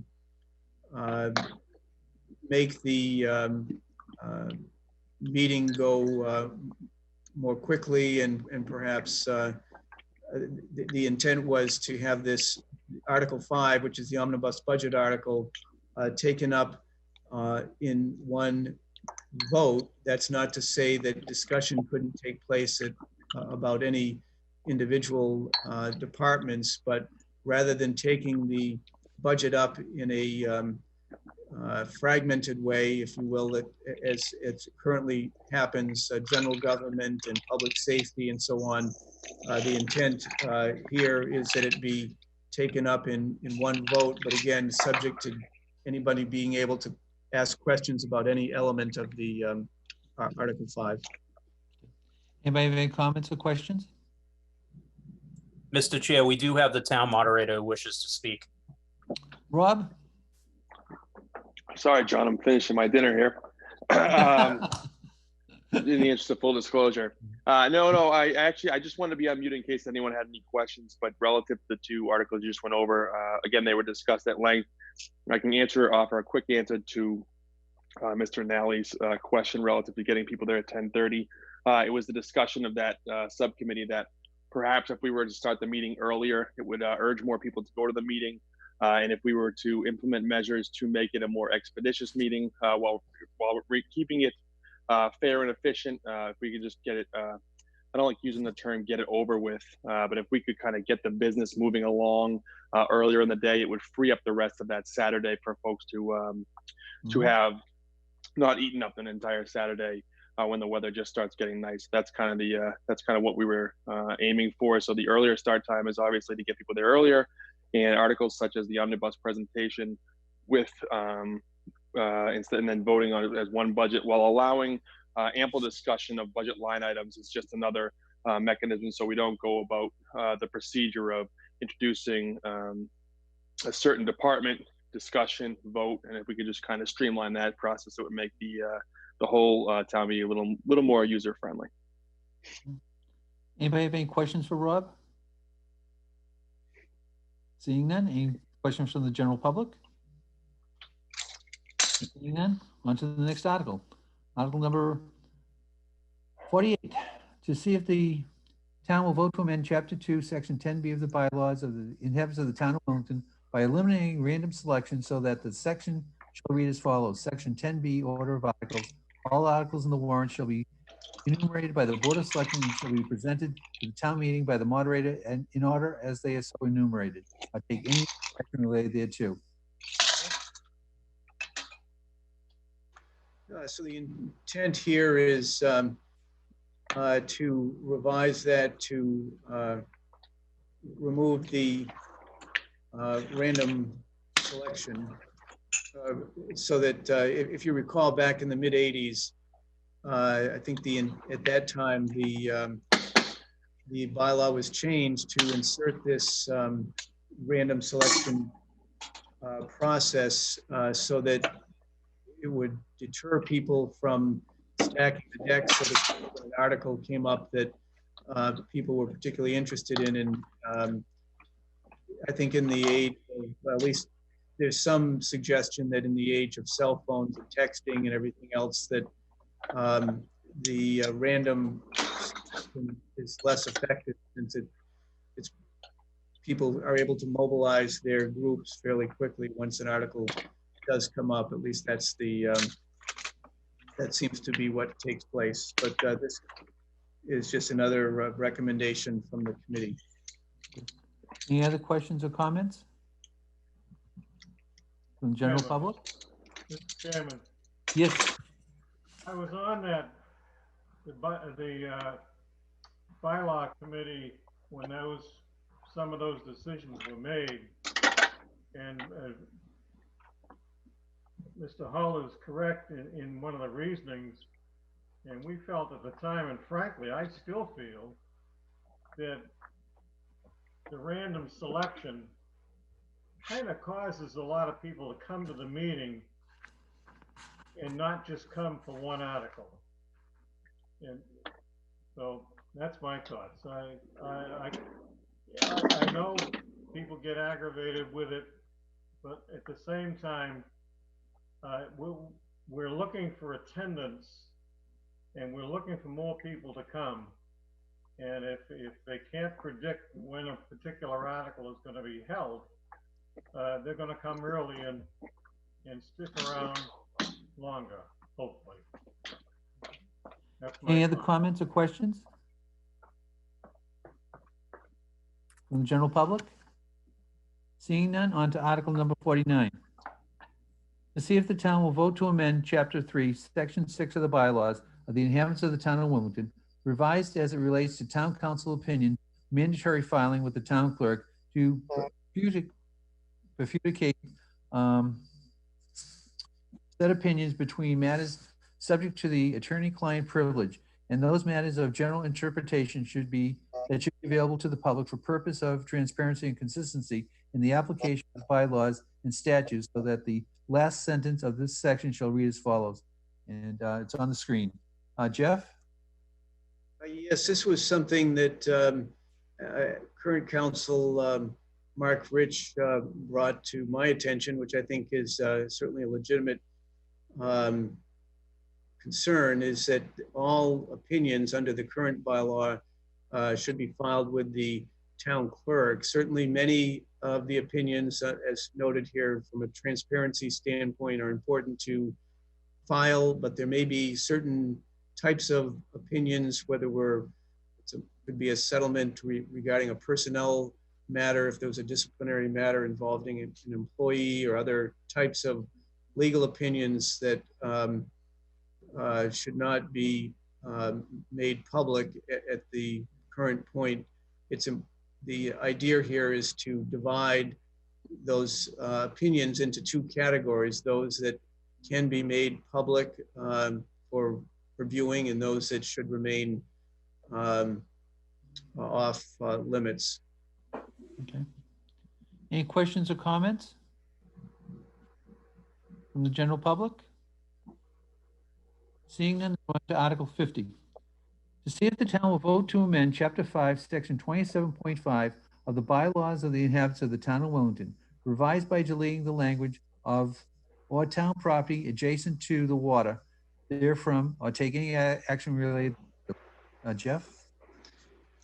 This one, and I'll just quote what is currently in the bylaw, because that may help folks to understand it. I think there's been some discussion about the merits of this, but essentially the current language reads, no dogs shall be allowed on a public beach or town property adjacent to the water from May 1 to October 1 each year.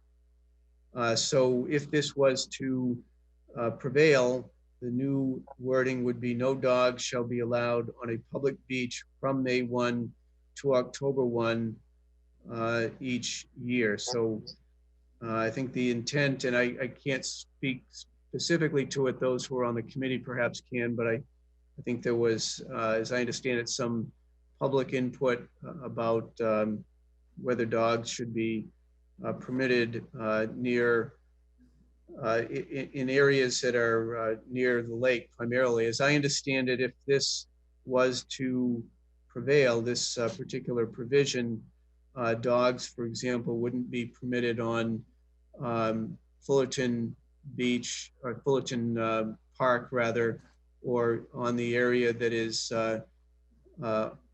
town property off of Route 38 that borders Silver Lake. Is there a fine if they do? There is. There's a,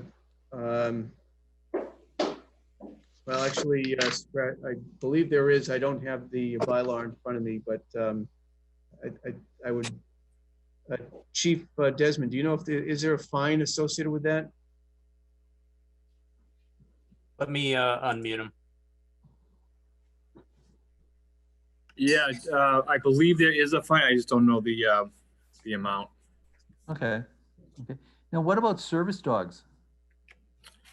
If they claim it's a service dog, at that point, really the conversation ends. We can't ask much more than that. Okay. So we can't verify it. Oh, okay. That's not good. Any other questions or comments for anyone? The general public? Seeing none, on to Article 51. To see if the town will vote to amend the bylaws of the inhabitants of the town of Wilmington, revised by adopting construction noise bylaw as follows, or take any other action related thereto. And you can read the bylaw on the screen. Jeff? Again, my understanding is that this, the genesis of this proposal recommendation came from some residents that have been frustrated, I guess, by some amount of noise that happens either earlier in the morning or later in the evening when families are either putting the kids to bed, or perhaps early on a Saturday morning when you want to relax a little longer than normal. So the intent is to try to curb the time when those construction-related activities can take place. And I think it was listed on the screen there as to the times within which those activities can take place. I don't know if any of the members of the bylaw committee have any additional comments. There, it was noted, there's fines associated with non-compliance. I think it ranges from 50 to 150, if I recall. Anybody have any comments or questions? Mr. Chairman, I will. Bernie, go ahead. This bylaw, as I've read it, seems to be making everything much more complicated. They're creating a new bureaucracy within the police department here for the chief for permits. It seems to me the place for permits for construction and remodeling and all, it should be lying with the building inspector. All the regulations seem to point to the building inspector. And why are we adding this other layer? Hi, Chief, I see you're in. And have the police involved in something like this. Doesn't strike me. We were trying to, in general, shorten the process for people to do construction within the town hall, consolidating the permitting and stuff. And everything here can be done by the building inspector. I think the where I got involved was, should there be exceptions granted, who would grant them? So it seemed like, where it's a bylaw and an exception needed to be granted, it would be done through my office. But, certainly that's a valid point. Chief, how many complaints a year do you get for noise? It's not something we deal with a lot. I mean, most people are respectful, but there are some instances on the weekends or what have you where people kind of take advantage of it. But it's not a chronic problem, I'll say that. Okay. Any other questions or comments from the general public? Seeing none, on to the next article.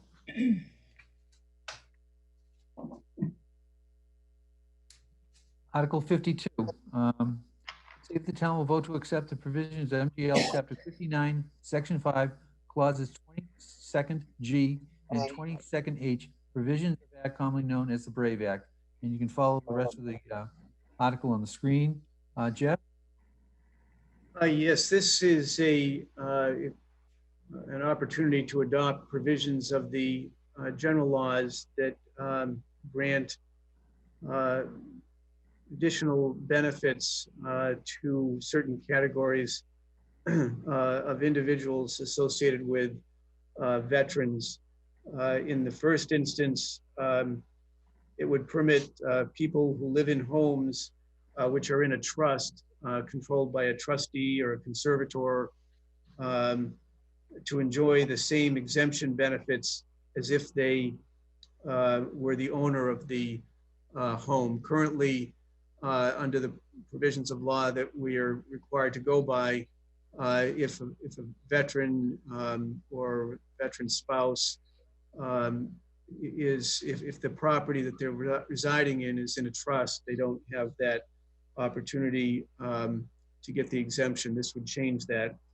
The other provision for service members who suffer an injury or an illness that's documented by the U.S. Department of Veterans Services, and the proximate cause of death is from that injury or their MIA, and the presumptive finding is that they have passed. The residence, if the residence is occupied by the parents or guardian, and if they have resided in that location for 5 consecutive years, or if the service member had lived in Massachusetts no less than 6 months prior to entering the service, the parent or guardian would be eligible for a property tax exemption. So essentially, in each case, it's expanding the opportunity for exemptions. As you may recall, exemptions, when they're granted, are charged to the overlay reserve account, which is the assessor controls. Thank you. Any questions or comments? I have one. Lisa? Jeff, how much is the exemption? Is it a flat rate for everybody, or is it percentage of the It differs depending upon the type of exemption. I don't have the schedule here. Jonathan, looks like Jonathan may be able to speak to that. Yeah, if I could, Mr. Chair and Ms. Manganelli and members of the committee. So you'll recall that last year's town meeting, we had enacted part of the BRAVE Act, Chapter 59, Section 5, Clause 17F, that tied certain exemptions to the Consumer Pricing Index. This would, in effect, enact at the local level Clause 22nd G, which would make it so that whatever exemption that the veteran would apply would be eligible for was not determinative by the manner in which the property was held. So if it was held by a spouse or by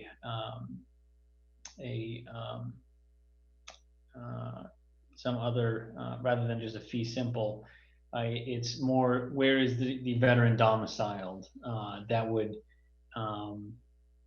make the particular exemption apply. As you might be aware, certainly certain people will get in ahead of its estate planning, and that might require changing the manner in which the legal title of their property is held, and having a property tax exemption be determined only by the manner in which that same property is held has an unduly punitive effect for a veteran who would otherwise be eligible for the property tax exemption. If the person is domiciled in that residence and is living in that residence, then the hope is that the property tax exemption would be applicable to that particular residence. Clause 22nd H is a full property tax exemption, so that certainly would vary by the particular property, and that is for families of soldiers killed or missing in action. So that would apply to the direct family members, so parents as well. And I worked with Mr. Smaglia, Mr. Hall, Mr. Perry, and Ms. Rashis on this, I believe. And Mr. Smaglia, please correct me if I'm wrong, and I hate to put you on the spot, but I do not believe that any, there might, I could be wrong, there might be one family in town that might be eligible for this particular exemption, but certainly this is in a God forbid type of situation. A family loses a loved one in action that's serving this country, that the property tax exemption would then apply. That's correct. May I speak, Mr. Chairman? Go ahead, Lou. How you doing? Good, Neil. Yeah, Mr. Eaton, first of all, thank you for this is a part of the BRAVE Act that was signed into law last year. There's a bunch of different parts of the BRAVE Act. Basically, like Mr. Eaton said, if a veteran is service-connected disability, in other words, if he was 10 to 90% service-connected, that's the way they rate it, he would be eligible for $400 off his property tax. That is reimbursed by the state. If it's 100% service connected, for $1,000 off his property tax, also reimbursed by the state. What this is doing is, if the veteran is done some estate planning and he put his house into a trust, right now he would not be eligible for that, but this would allow him to be eligible for that. And as far as the parents, you are correct, Mr. Eaton. We don't have, thank God, any Gould Star parents right now living in Wilmington. But I think if a Wilmington loses a son or daughter in service to our country, I think that would be one of the least we could do is help the parents out with property tax. Thank you, Lou. Any other questions or comments? Public? Seeing none, on to the next article. Article 53. See if the town will vote to authorize the town manager in cooperation with the Water and Sewer Commission to lease all or a portion of the below referenced property currently the so-called site Nassau Ave Water Tower and currently used jointly for water supply purposes and telecommunications leasing. And you can read the rest of it on the screen. Jeff? Yes, this is a process that the town has engaged in for some period of time, where we have permitted some of the communications vendors to lease space on the Nassau water tank.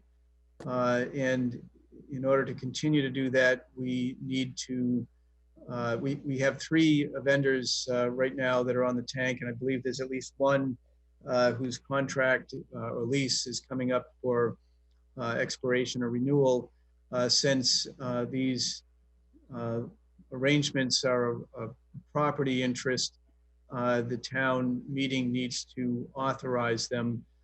So what happens is the Public Works will issue a request for proposal. The vendors that are interested in having their antennas on the tank will submit a proposal, and then the one that provides the greatest, highest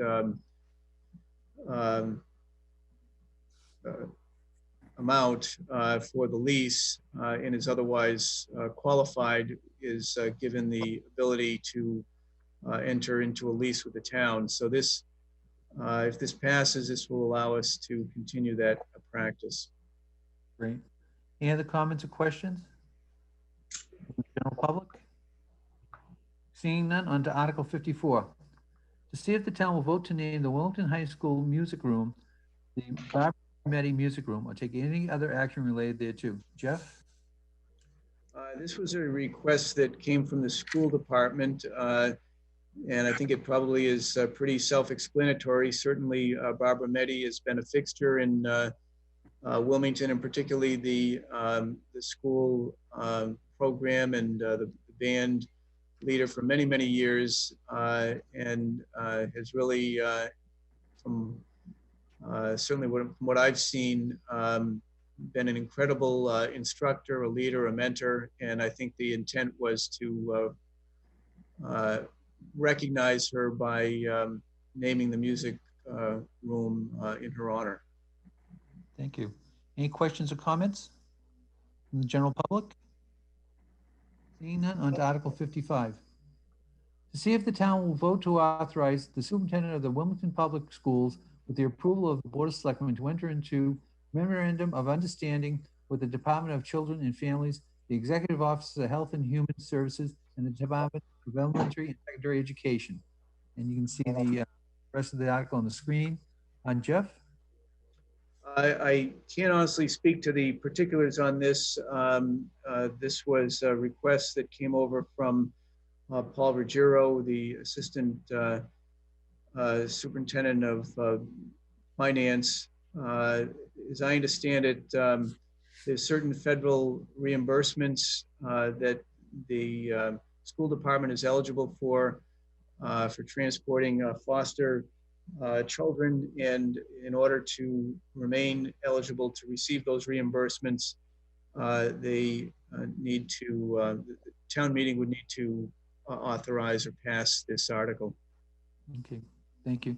Any other comments or questions? Any from the general public? Seeing none, we're on to Article number 56. Mr. Chair, Mr. Ruggiero is available to answer any questions and possibly explain that last article. That would be great if Paul could sign on then. Paul? Yep. Can you hear me? Yes, how you doing? Good. How's everyone? Very well. Can you explain the article then? Not really, but this came to the Department of Elementary and Secondary Education back in September. And essentially, it's an opportunity for the town to be reimbursed for a portion of transportation expenditures for children that are in foster care under the Every Student Succeeds Act. We incur some cost, we the public schools incur some cost to transport foster students if they're living in another community back to the Wilmington Public Schools. So this is an opportunity for the town to get some reimbursement for that, not the schools, but the town. It's a small portion, and an article has to be approved at town meeting, and then there's a memorandum of agreement that needs to be signed not only by the superintendent, but also the town manager. So we thought we'd throw it on here and see if we can do that, see if we can get some funds for the town. Do we have many students that would qualify? No, when I did this for FY 19, we had, I think 8 or so students. Okay. And the reimbursement would be in the $10,000 to $12,000 range with that. So it's not a windfall, but it is something. So that's good. That's good. Appreciate it. Does anyone have any questions for Paul or comments? Anyone from the general public? Mr. Chair, Mr. Rich is available, I think, to shed some light on this particular article. Okay, Mark.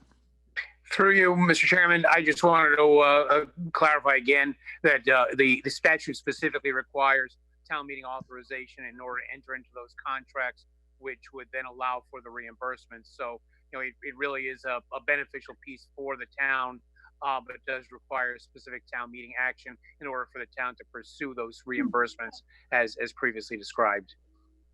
Okay, great. Any other questions or comments from the general public? No. On to the next article. Article 56, to see if the town will vote to name the outdoor seating area at the Memorial Library, the Peggy King Reading Garden, or take any other action related thereto. Jeff? This was a request from the Board of Library Trustees. Certainly everyone knows or knew Peggy Kane, incredible human being, spent a great amount of time invested in on the school committee in Wilmington, also was a very active member of the Board of Trustees. And I think it's fitting, quite frankly, that this space be named in her honor. I do too. Any other questions or comments? Anything from the general public? Seeing none, on to the next article. The next article is Article 61 and 62 by proponent, Mr. McCoy. And I'm going to take these two articles together because the only difference is location. Okay. Mr. McCoy. Thank you. Can you hear me? Yes, I can. Yeah. All right. Yeah. No, thank you. No, I was going to suggest that just clump it together, but if I, first of all, Chairman Doherty, members of the FinCom, good evening. I'd like to start off, Mr. Chairman, if I may. Mr. Chairman, before I talk about, can I just continue? All right. Okay. Yeah. Go ahead. You can hear me? Yes. Yeah. Okay. I thought you said you couldn't. All right. No. All right, Mr. Chairman, before I talk about this article tonight, 61, I need to set the record straight of the FinCom meeting on February 4th, 2020, when at that meeting was live on TV at the town hall prior to this pandemic. And at the 48-minute mark, which discussion took place at your public hearing about the senior center town hall article, which I submitted to the town clerk that same very day, that night at that particular meeting, you talked about it. In all fairness to me, I'd like to continue to say something because I was not there to defend any comments that were made. Some members made some commentary on that. And with all due respect, that article should have never been discussed at that meeting on February 4th. Tonight, it would have been discussed, what is it, on April 17th, and we postponed that meeting, the town did, because of the pandemic, to May, then we're doing it tonight. But I just feel that I just need to set the record straight because there was some misconception out there. And I hope that I'm able to do that, and I think I should. And I'm only going to do like 5 minutes. Thank you, Mr. Chairman. Thank you, Mr. Chairman. All right, at the 48-minute mark, let me see where I'm, at the 48-minute mark of that meeting, Ms. Gazzello asked the town manager, did anyone submit a warrant article to the town that day? And the town manager responded, as a matter of fact, that article was submitted to the town clerk today for the purpose of constructing a senior center here at the town hall for $12,650,000. And by the way, those aren't my figures. That was the town manager's figures. And then you, Mr. Doherty, who asked the town manager, replied, well, who was that? The town manager replied, Selectman McCoy.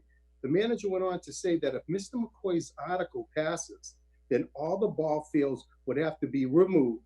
Ms. Gazzello stated, that's horrible to lose the baseball and the Pop Warner fields.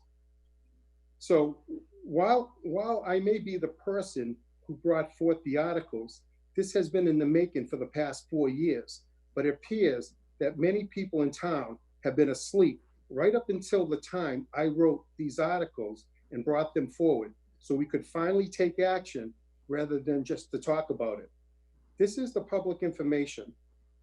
There has been dozens of public hearings. This has even been discussed publicly with the school committee, the Wilmington Board of Selectmen, the Permanent Building Committee, and the Master Facility Plan Committee. Now let's talk about the proposed senior center.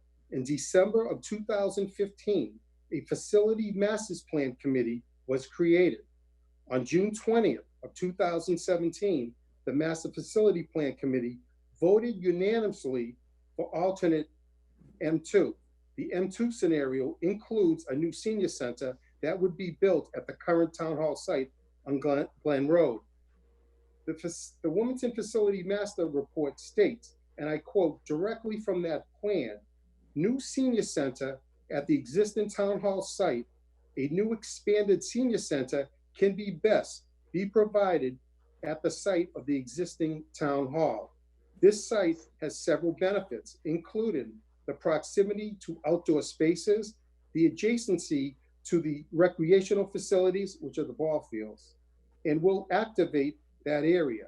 The town hall site is adequately large to accommodate the senior center, either prior to the relocation of the Swain School site or after its location and demolition of the former town hall building. In a nutshell, the existing 19-acre town hall site would accommodate a new senior center, keep the existing ball fields, including the concession stand, additional parking, and keep the existing town hall building where it sits until a suitable site is found for that location. Now, I do want to continue on, but through you, Mr. Chairman, I'd just like to ask the town manager a question, right? At the February 4, 2020 FinCom committee hearing at the 48-minute mark, the town manager should have read the Wilmington Facility Master Plan report because he was absolutely wrong when he said that the ball fields would have to be removed if Selectman McCoy's petition article for the May 2nd, 2020 town meeting passes. With that one statement, he fear-mongered the parents of the Pop Warner and the Little League that was involved in a panic frenzy. And through you, I'd just like to ask, Mr. Chairman, I'd like to ask the town manager a question. Jeff, do you still believe we would lose the ball fields and concession stand if a senior center was built after the Wilmington Town Facility Master Plan voted unanimously for alternative M2? That's the question I want to ask the manager. I don't think that the master plan reference that you make contemplated having both a senior center and a town hall on the same site. I think the challenge, certainly one of the challenges with this article is that we have the town hall here on this site with parking for the town hall. In order to create a senior center, I don't know, quite frankly, where else it's going to go unless you locate it in the field area. The site is certainly, I think it's 20 acres, if I recall, here at the town hall. But absent taking out the town hall, the site is going to have to go in another open space, and the other open space would be in the ball field. So it may not take out all the ball fields, but it's certainly going to affect, I would think, a significant portion of the ball fields. But, you know, I have not seen any kind of a design for this, this project. But from my perspective, it's going to have a major effect on the site. Well, you know, and I'll continue, Mr. Chairman, I quoted directly from that plan, the Wilmington Facility Master Plan report. And they basically said that a senior center could be built on that site. The town hall could still stay in the front if it was to be relocated at the Swain site, which is another obstacle. And they stated that all the recreational facilities would stay. They don't exactly say ball fields, but that's what they were meaning. So let me just continue, all right? Well, Mike, when we head to the two warrant articles. I'm just because there was other comments that were made that were, and you should have never heard those comments because that put people in a frenzy. I got about 2 more paragraphs and then I'll continue. I'd appreciate the courtesy of doing that. For 2 paragraphs, for 2 paragraphs, go ahead. All right, yeah, it's gonna be, Mr. Chairman, I would like to continue. I'd like to address the comment Ms. Kincaid made. She stated, what is Mr. McCoy thinking? Well, I'll tell you, Ms. Kincaid, what I'm thinking, what Mr. McCoy is thinking. Wouldn't it be wonderful for the first time in the town's history to build a building without raising 1 single penny in taxes? That's why I lumped all of it together under one vote for the $12,650,000 for feasibility study, engineering, financial, design, permitting, construction, and constructed administration of the town of Wilmington Senior Center. Unfortunately, Teresa Manganelli wasn't present at the February 4th, 2020 FinCom meeting. However, she was a member of the Wilmington Facility Master Plan Committee who voted unanimously for alternative M2. And I really wish Ms. McNally would have been there because I think she would have shed some light and set the record straight and to diffuse this frenzy of false information. And Jeff, you could have fixed it the following day and they voted for it. Not a secret. Ahead, Mike, hold on 1 minute. Hold on 1 minute. Michelle or Teresa, would you like to make any comments? I have no comment. I just, you know, I'm sorry you took that the wrong way. My belief is that you can't throw out numbers until you do a feasibility study to figure out what it's going to cost and where it should go. So, you know, I'm just talking from experience somewhere at my side of the, you know, working in this business. And to answer So, that, you know, I'm sorry if you took it the wrong way. It was more of a I respect it. surprise because I usually when these type of things are, you know, brought to the warrant, there's, you know, feasibility and some study done before that. That's all. Right, John, can I say something? Go ahead, Marianne. Mr. McCoy, I think to Jeff's point, what he was stating was you cannot build a senior center on the fields and have a functioning town hall where it is now. You just can't do it. You would have to move town hall to accommodate a senior center if you didn't want to use the fields. I mean, that was what Jeff was saying at that meeting. You can't just build it within the next 2 years without relocating town hall because you would need to use the fields. You can't have a senior center and a town hall on that site simultaneously without using the ball fields. That was all Jeff was saying at that point. Mr. Chairman, if I can respond. No, Jeff absolutely said that, but you're not looking at the report. And I took the quote from the report itself relative to the feasibility study. The Wilmington Facility Master Plan stated that if they were to put a senior center at the town hall could stay still in business until another site was determined, and more than likely it was the Swain site. That's what it says in the report, that everyone known about it for 4 years. Okay, Teresa. Right there. Teresa. Hi. So for the first time in probably 12 years, I wasn't at a meeting. I wish you were there, tell you the truth. So to speak to this, having spent 18 months on that committee, Mr. McCoy is correct. It was mentioned that it would be possible to have both buildings there. But I will tell you that I don't believe anybody on that committee felt that was a good idea. That comment, while it was presented by the architects, never really got off into any kind of conversation with the board. The committee felt very strongly and unanimously that the site should be for a brand new senior center at the town hall and a new town hall school admin building at the Swain School lot.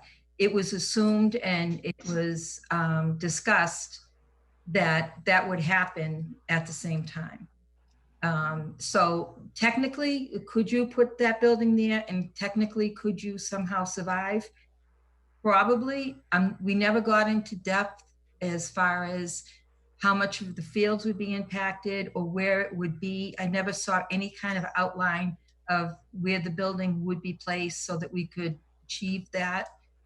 So I would say that you are correct to a degree, but it never really took off in the discussions with that committee.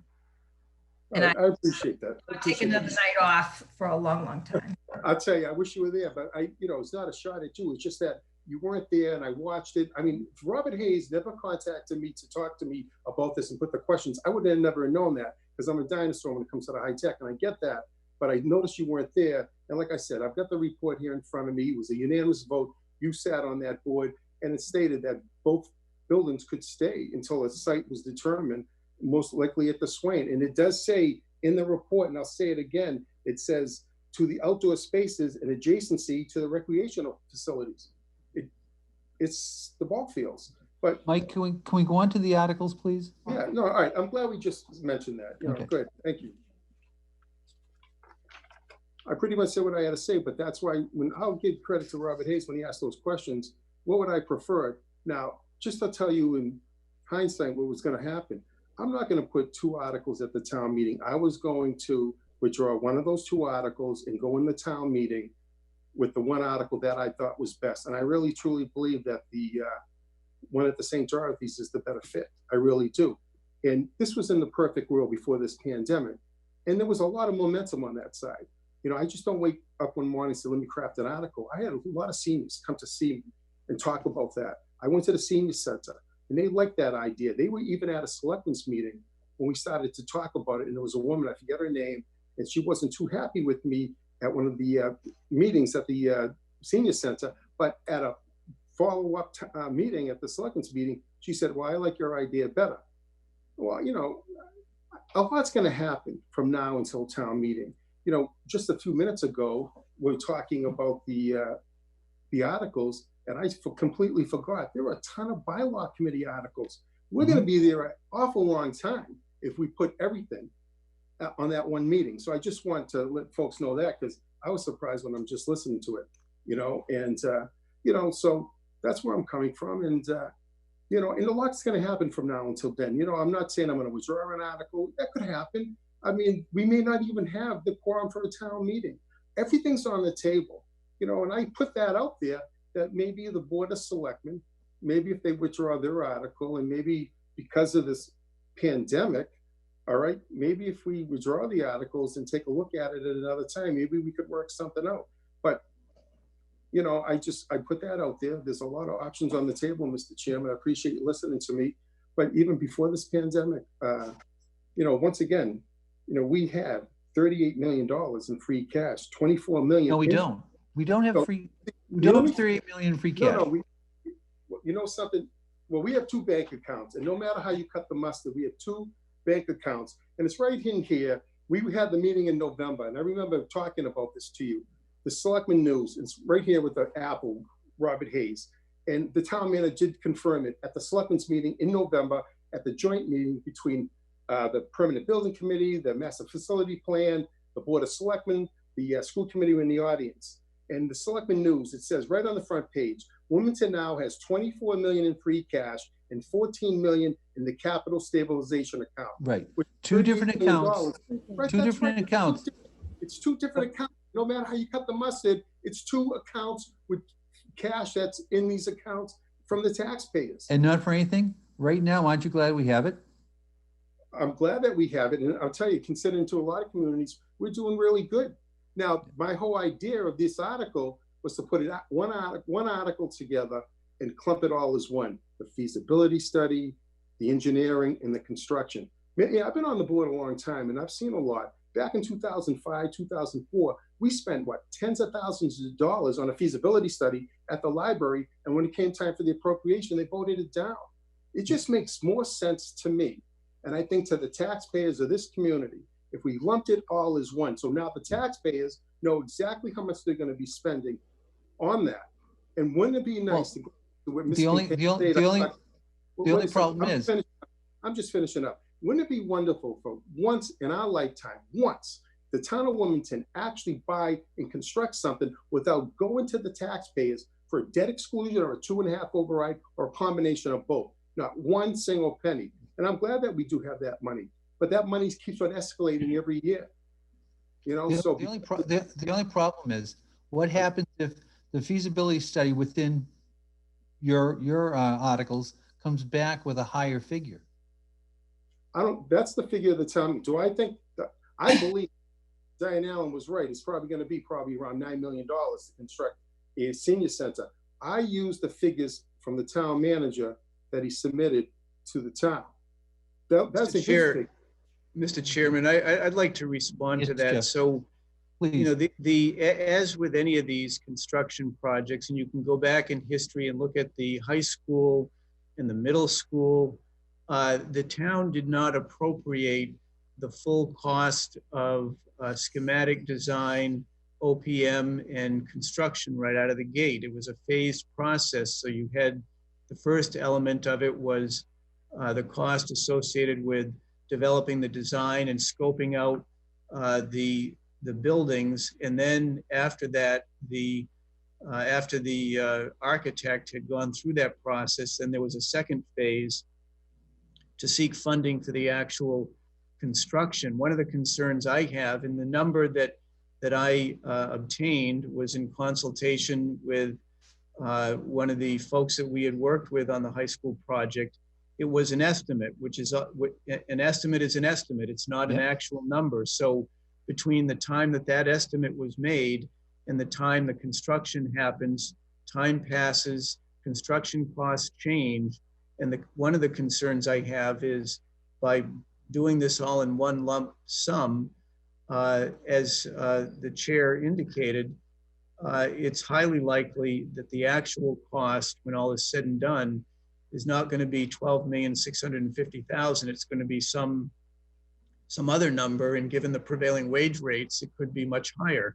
So, and in fact, there was a community, and I don't recall the community offhand, I think it was out in Central Mass, that went through a process like this where they just raised and appropriated the full amount right out of the gate, and they wound up having to, as I recall, either curtail the project or make some, go back and get additional money because the final cost was different than what the original estimate was. So that's one of my concerns.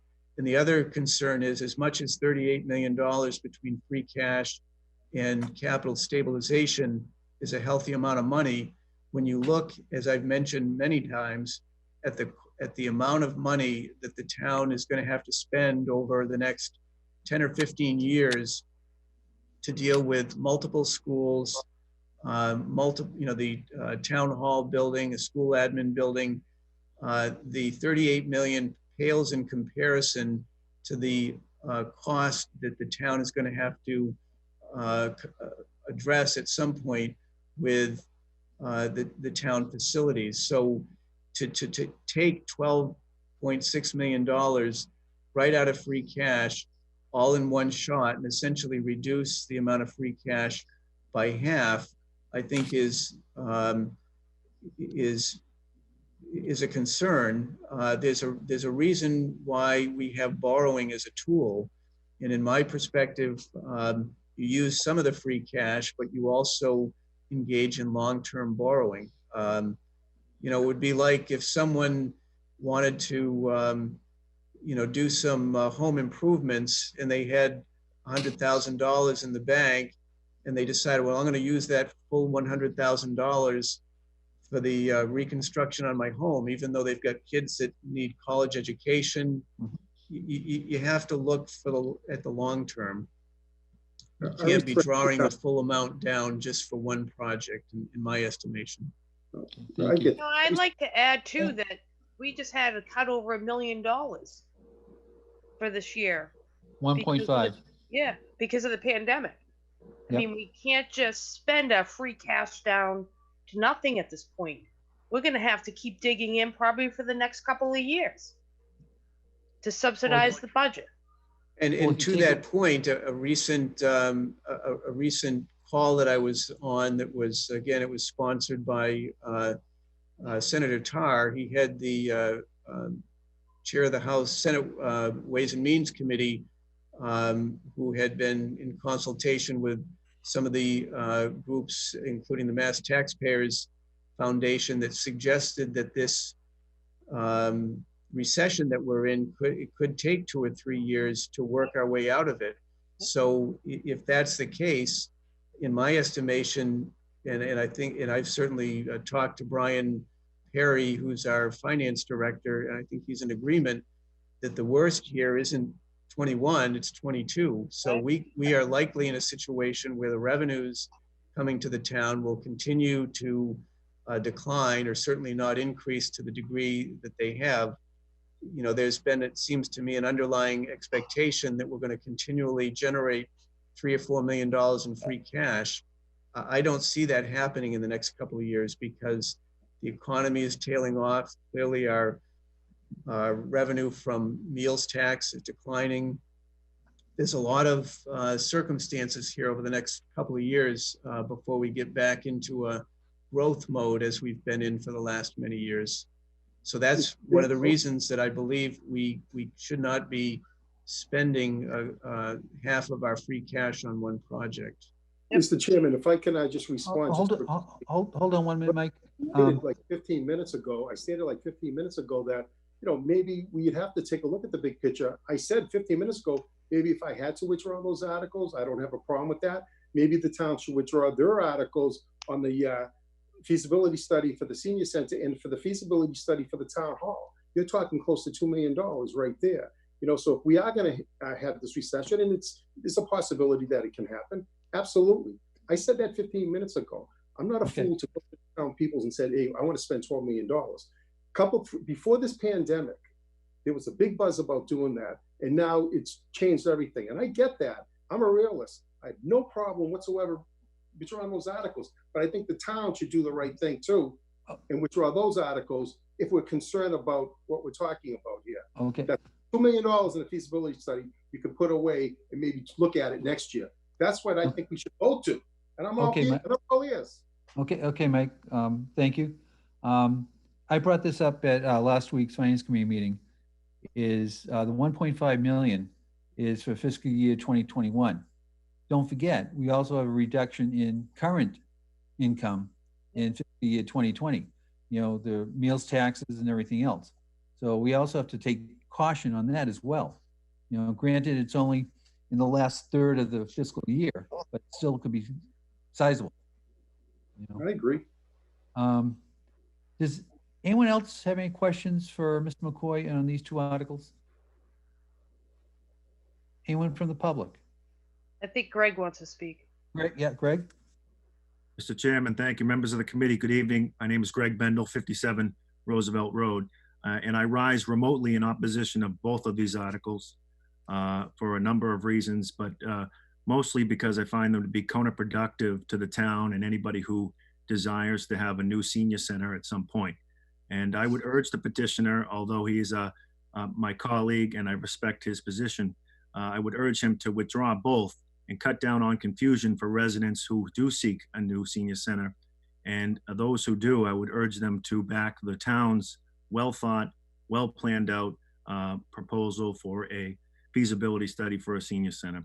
So I stand here. I know there's been a lot of discussion about February 4th. I'm more concerned about June 9th going on June 10th in the middle of a pandemic where we know how important our free cash is. And there can be debate how much there is. My opinion is 24 million. And I think that we should be concerned about FY21, FY22, and beyond. And we should be smart about how we move forward, given what's taken place over the last couple of months. So I would urge residents to join me in opposing both these articles. And if you do desire an actual senior center in the future here in Wilmington, I would urge you to support the town-sponsored feasibility study. And again, I would urge the petitioner to withdraw, cut down on confusion for residents as we head into town meeting just 18 days away. Thank you, Mr. Chairman. Thank you, Greg. Any other questions or comments? Mr. Doherty, if you don't mind. Jonathan. Jonathan Eaton, 18 Lawrence Street. Thank you, Mr. Doherty, and members of the committee. Whether or not the site at 121 Glen Road could fit both the buildings of a town hall and a senior center, I certainly do not think that the individuals involved with Pop Warner or cheerleading would say that the parking at that site would be sufficient for both structures as well. Parking as it is certainly very limited. I do think that tying up free cash, as this is likely to be a project that is not shovel ready or construction ready for quite some time, because this does include a feasibility study, which does take some time, is certainly not good timing, particularly because we appear to be at the very beginning of a recession, the depths and severity of which and duration of which we do not yet know. I think Article 14, which is the town-sponsored article for a feasibility study, which is being paid out of free cash, does not only allow the community to be involved with the selection of the location and the actual layout of a structure, but it means that once that study has been completed, the residents will have an opportunity at town meeting to know what they're going to be getting. They're going to know exactly how much the construction is going to be, what the blueprints, what the appearance of it is going to be, and what the location is going to be. So I think that allows us to educate the voters who would be paying for this as to what the senior center that the folks in town want to have by doing it this way. Again, I think the actual timing of it and bifurcating it so that there's a feasibility study and schematic design this year, and then in hopefully the short term, having the actual construction of it does play to our advantage, because again, hopefully in the months to come, we will have a little bit of a better grasp as to what is really the long-term financial impact of the pandemic, and to tie up a significant amount of free cash. Our free cash is $24 million, a little bit over that right now, and to tie up more than half of that with this one project when we have several other capital projects coming down the pike. And we certainly want to maintain a current level of services provided by the school department and the town departments. Might not be the most advisable course to go. So I would certainly, I'm in favor of a new senior center. I think it's overdue. I think the best way to get to the best senior center for the residents of Wilmington is to do it through Article 14, the town-sponsored schematic design and feasibility study, so that hopefully next year folks will have a better idea as to what they're actually going to be getting for it, and the town manager and the finance director / town accountant can put together the best plan for how to pay for it. Thank you. Any other comments? Terry? Yes, Joanne, could you unmute? Thank you. Hi, I just wanted to state that I just wanted to remind everybody that the Elderly Commission was in strong support of this feasibility study, and at their meeting in January, but I just thought it was worth mentioning. Thank you. Any other questions or comments? Any from the general public? Seeing none, we'll go on to our last article of the night, and that's article number 65. Hold on a second. Can I say something, please? You know, I've been here for like 4 hours. I like to just to finish, we clumped the Articles 61 and 62. Let me just make a comment, if I can here. I'm not like Shrek here, where everyone's got pitchforks and come after Shrek. I said, well before any of my colleagues stated to vote this down, maybe reconsider not to do it. I said it like 25 minutes ago. I'm all ears. Who thought this pandemic was going to happen? Nobody. We're not Nostradamus. Back in October, November, December, January, there was a big buzz for what I wanted to do. Do I think if it went forward, it would have passed? Absolutely. But I'm a realist. I understand that we have to make up some budget falls and a recession could be coming. Absolutely. There are people unemployed, all right? There are people not working. I get that. But 4 or 5 months ago, that was not the issue. I get it. And I'll tell you straight out right now, I have no problem whatsoever. And if I had to make a commitment right now to withdraw those articles, I'm going to do it. I said it well before anybody. And I want people to know that. I just don't want someone to say, oh, McCoy, you don't care. I do care. In a perfect world, I believe I had the better article. I believe people would have came to that town meeting and supported it under one. But I get that. I respect my colleagues. And I want to do the right thing. And I'm going to withdraw those articles. Absolutely. I would not want to do that to anybody or the taxpayers in this community. But I would also like to thank, and I'm making that commitment now, Mr. Chairman. I really appreciate the time you gave me. You're a complete gentleman. I appreciate that. I'm making a commitment right now to withdraw those articles. I hope the members of the Board of Selectmen also withdraw the 2 feasibility studies for the Town Hall Administration Building and the feasibility study. Wait till next year. Let's see what happens, because you said you don't know what's going to happen. I'm making that commitment right now to everybody. That's all.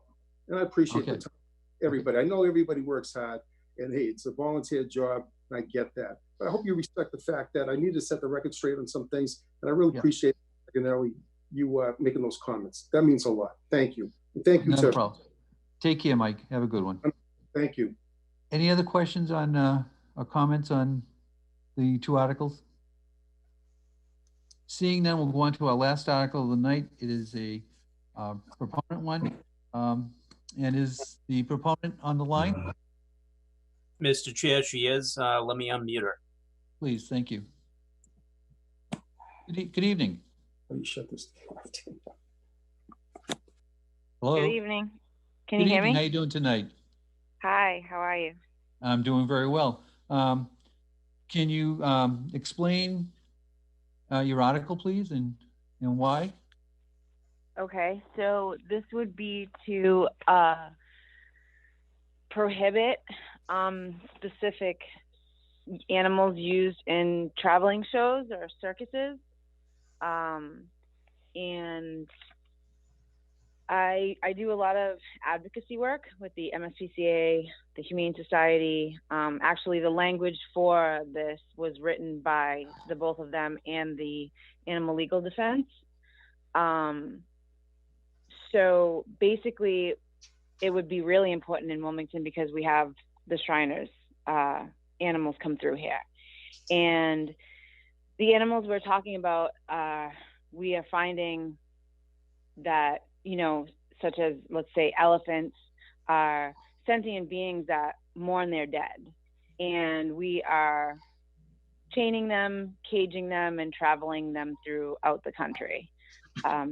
Where in, you know, their natural state, they would be active for up to 20 hours a day, roaming up to 50 miles per day, and whole countries are passing these bans. Italy, Indonesia, Scotland, and I believe there's 6 states that have banned circus animals, including New Jersey, Hawaii, California, I think, has done it. And we have 12 or 11, Wilmington would be number 12, 11 municipalities in Massachusetts that have passed similar bans.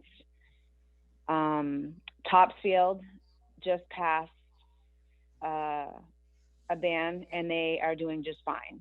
As of last year, I believe, or this year, the past fair was the first time, and they're doing just fine. I am 41 years old, and many of the people that I do advocacy work with are obviously aware of this stuff. But even my friends and family members that are not advocates for animals, I are not taking their children to see these shows anymore because of the animals.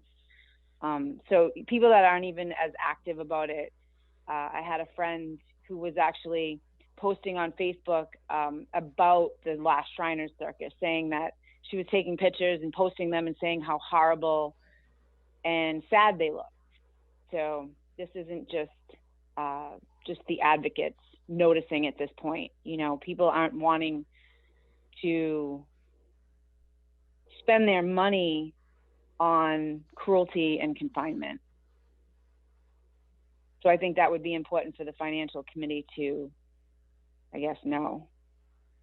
These are majestic animals like tigers that, you know, we are using whips. If, you know, I've asked people, you know, how is the tiger trained? And everyone kind of, you know, people that aren't necessarily advocating, they're like, you know, I don't know. And then I'm like, no, you do know, think about it, you know. And we've just become so desensitized that these animals are being whipped. They use bull hooks. I don't know if you know what a bull hook is for elephants. And actually where people are having trouble passing these bans, they're banning bull hooks. They call the training process of an elephant breaking the animal, meaning breaking their spirit. So this just has cruelty that we've been desensitized to wrapped up all in it. Are these current animals subject to either federal or state protections? So I think there's like, there's minimal protection through the the AWA, which would be the Animal Welfare Act, which is federal. But it's something like a ridiculous number of like 120 inspectors that actually oversee, you know, thousands of puppy mills and zoos and laboratories. So even with minimal protections, there's not really that much action. So hopefully, I'm hoping that Wilmington will take action. Okay. Prior to your starting, could you also give us your residential address? Oh, I'm sorry. I've never done this before, and I'm kind of nervous. And don't be nervous. So it's 119 Marion Street. Okay, thank you. Does anyone have any questions or comments? Yes, Harak? Yeah. Hi, Mr. Chairman. Just for full disclosure, Senator Tarr has filed a bill on this issue. It's currently in the Senate Ways and Means Committee. So, at least for me, if I could check with Town Council, am I conflicted out of this, or am I okay to still vote on the article? John, could you thank you. I think I am now unmuted. I don't believe that you have a financial interest, and you know, your interest is you know, as to you know, addressing a public interest. So I don't think this constitutes a conflict of interest. Okay, perfect. Thank you. And yeah, so there is basically the statewide proposal that Senator Tarr filed. That's almost similar to the Warren article, and it's in the Senate Ways and Means Committee at the moment. Okay, great. Any other questions or comments? Can I make another quick couple of comments? Just let me see if there's any other public ones. Oh, okay. Might want to be out there. Seeing none, go ahead, please.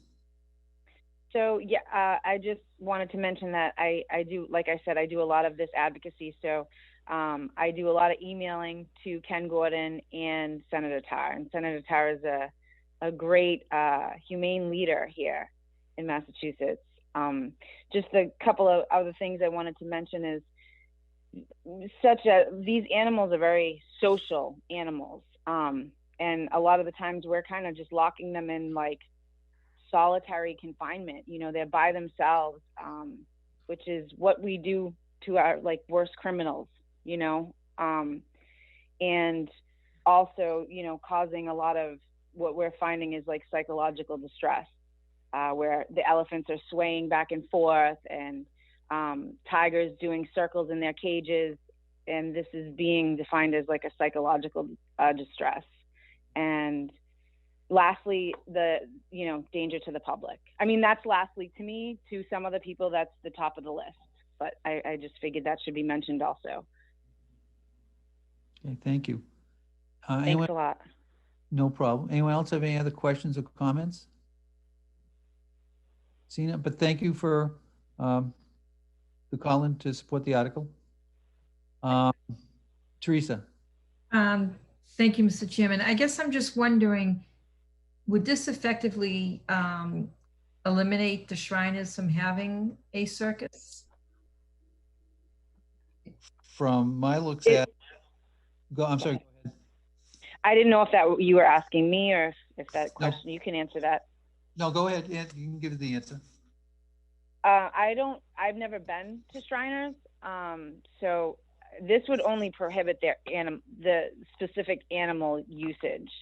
If they do other sort of human shows, then it would not prohibit, any games or rides, or it would just be the animals that are listed on the petition. Okay, so I guess what I'm wondering is if these are all the common animals that you would expect to find in a circus. I mean, I can't think of anything that would be there that's not on this list. So it would probably effectively eliminate all the animals from their circus. Like I said, I don't know which animals they do have there, but if you wanted me to list some of the animals, I could. Okay. All right, thank you. Any other questions or comments? Seeing none. I want to thank everyone for your participation tonight, that's for sure. And Can I ask Terry a question before we go? sure. Terry, how the senior population, are they okay with where the town meeting's going to be? Have you heard anything about them? What they're thinking? Overall, it's pretty much half and half. Some people are just very concerned of actually going out. And they are they're just starting to realize where the meeting is. I have to say, people are discussing where the meeting is.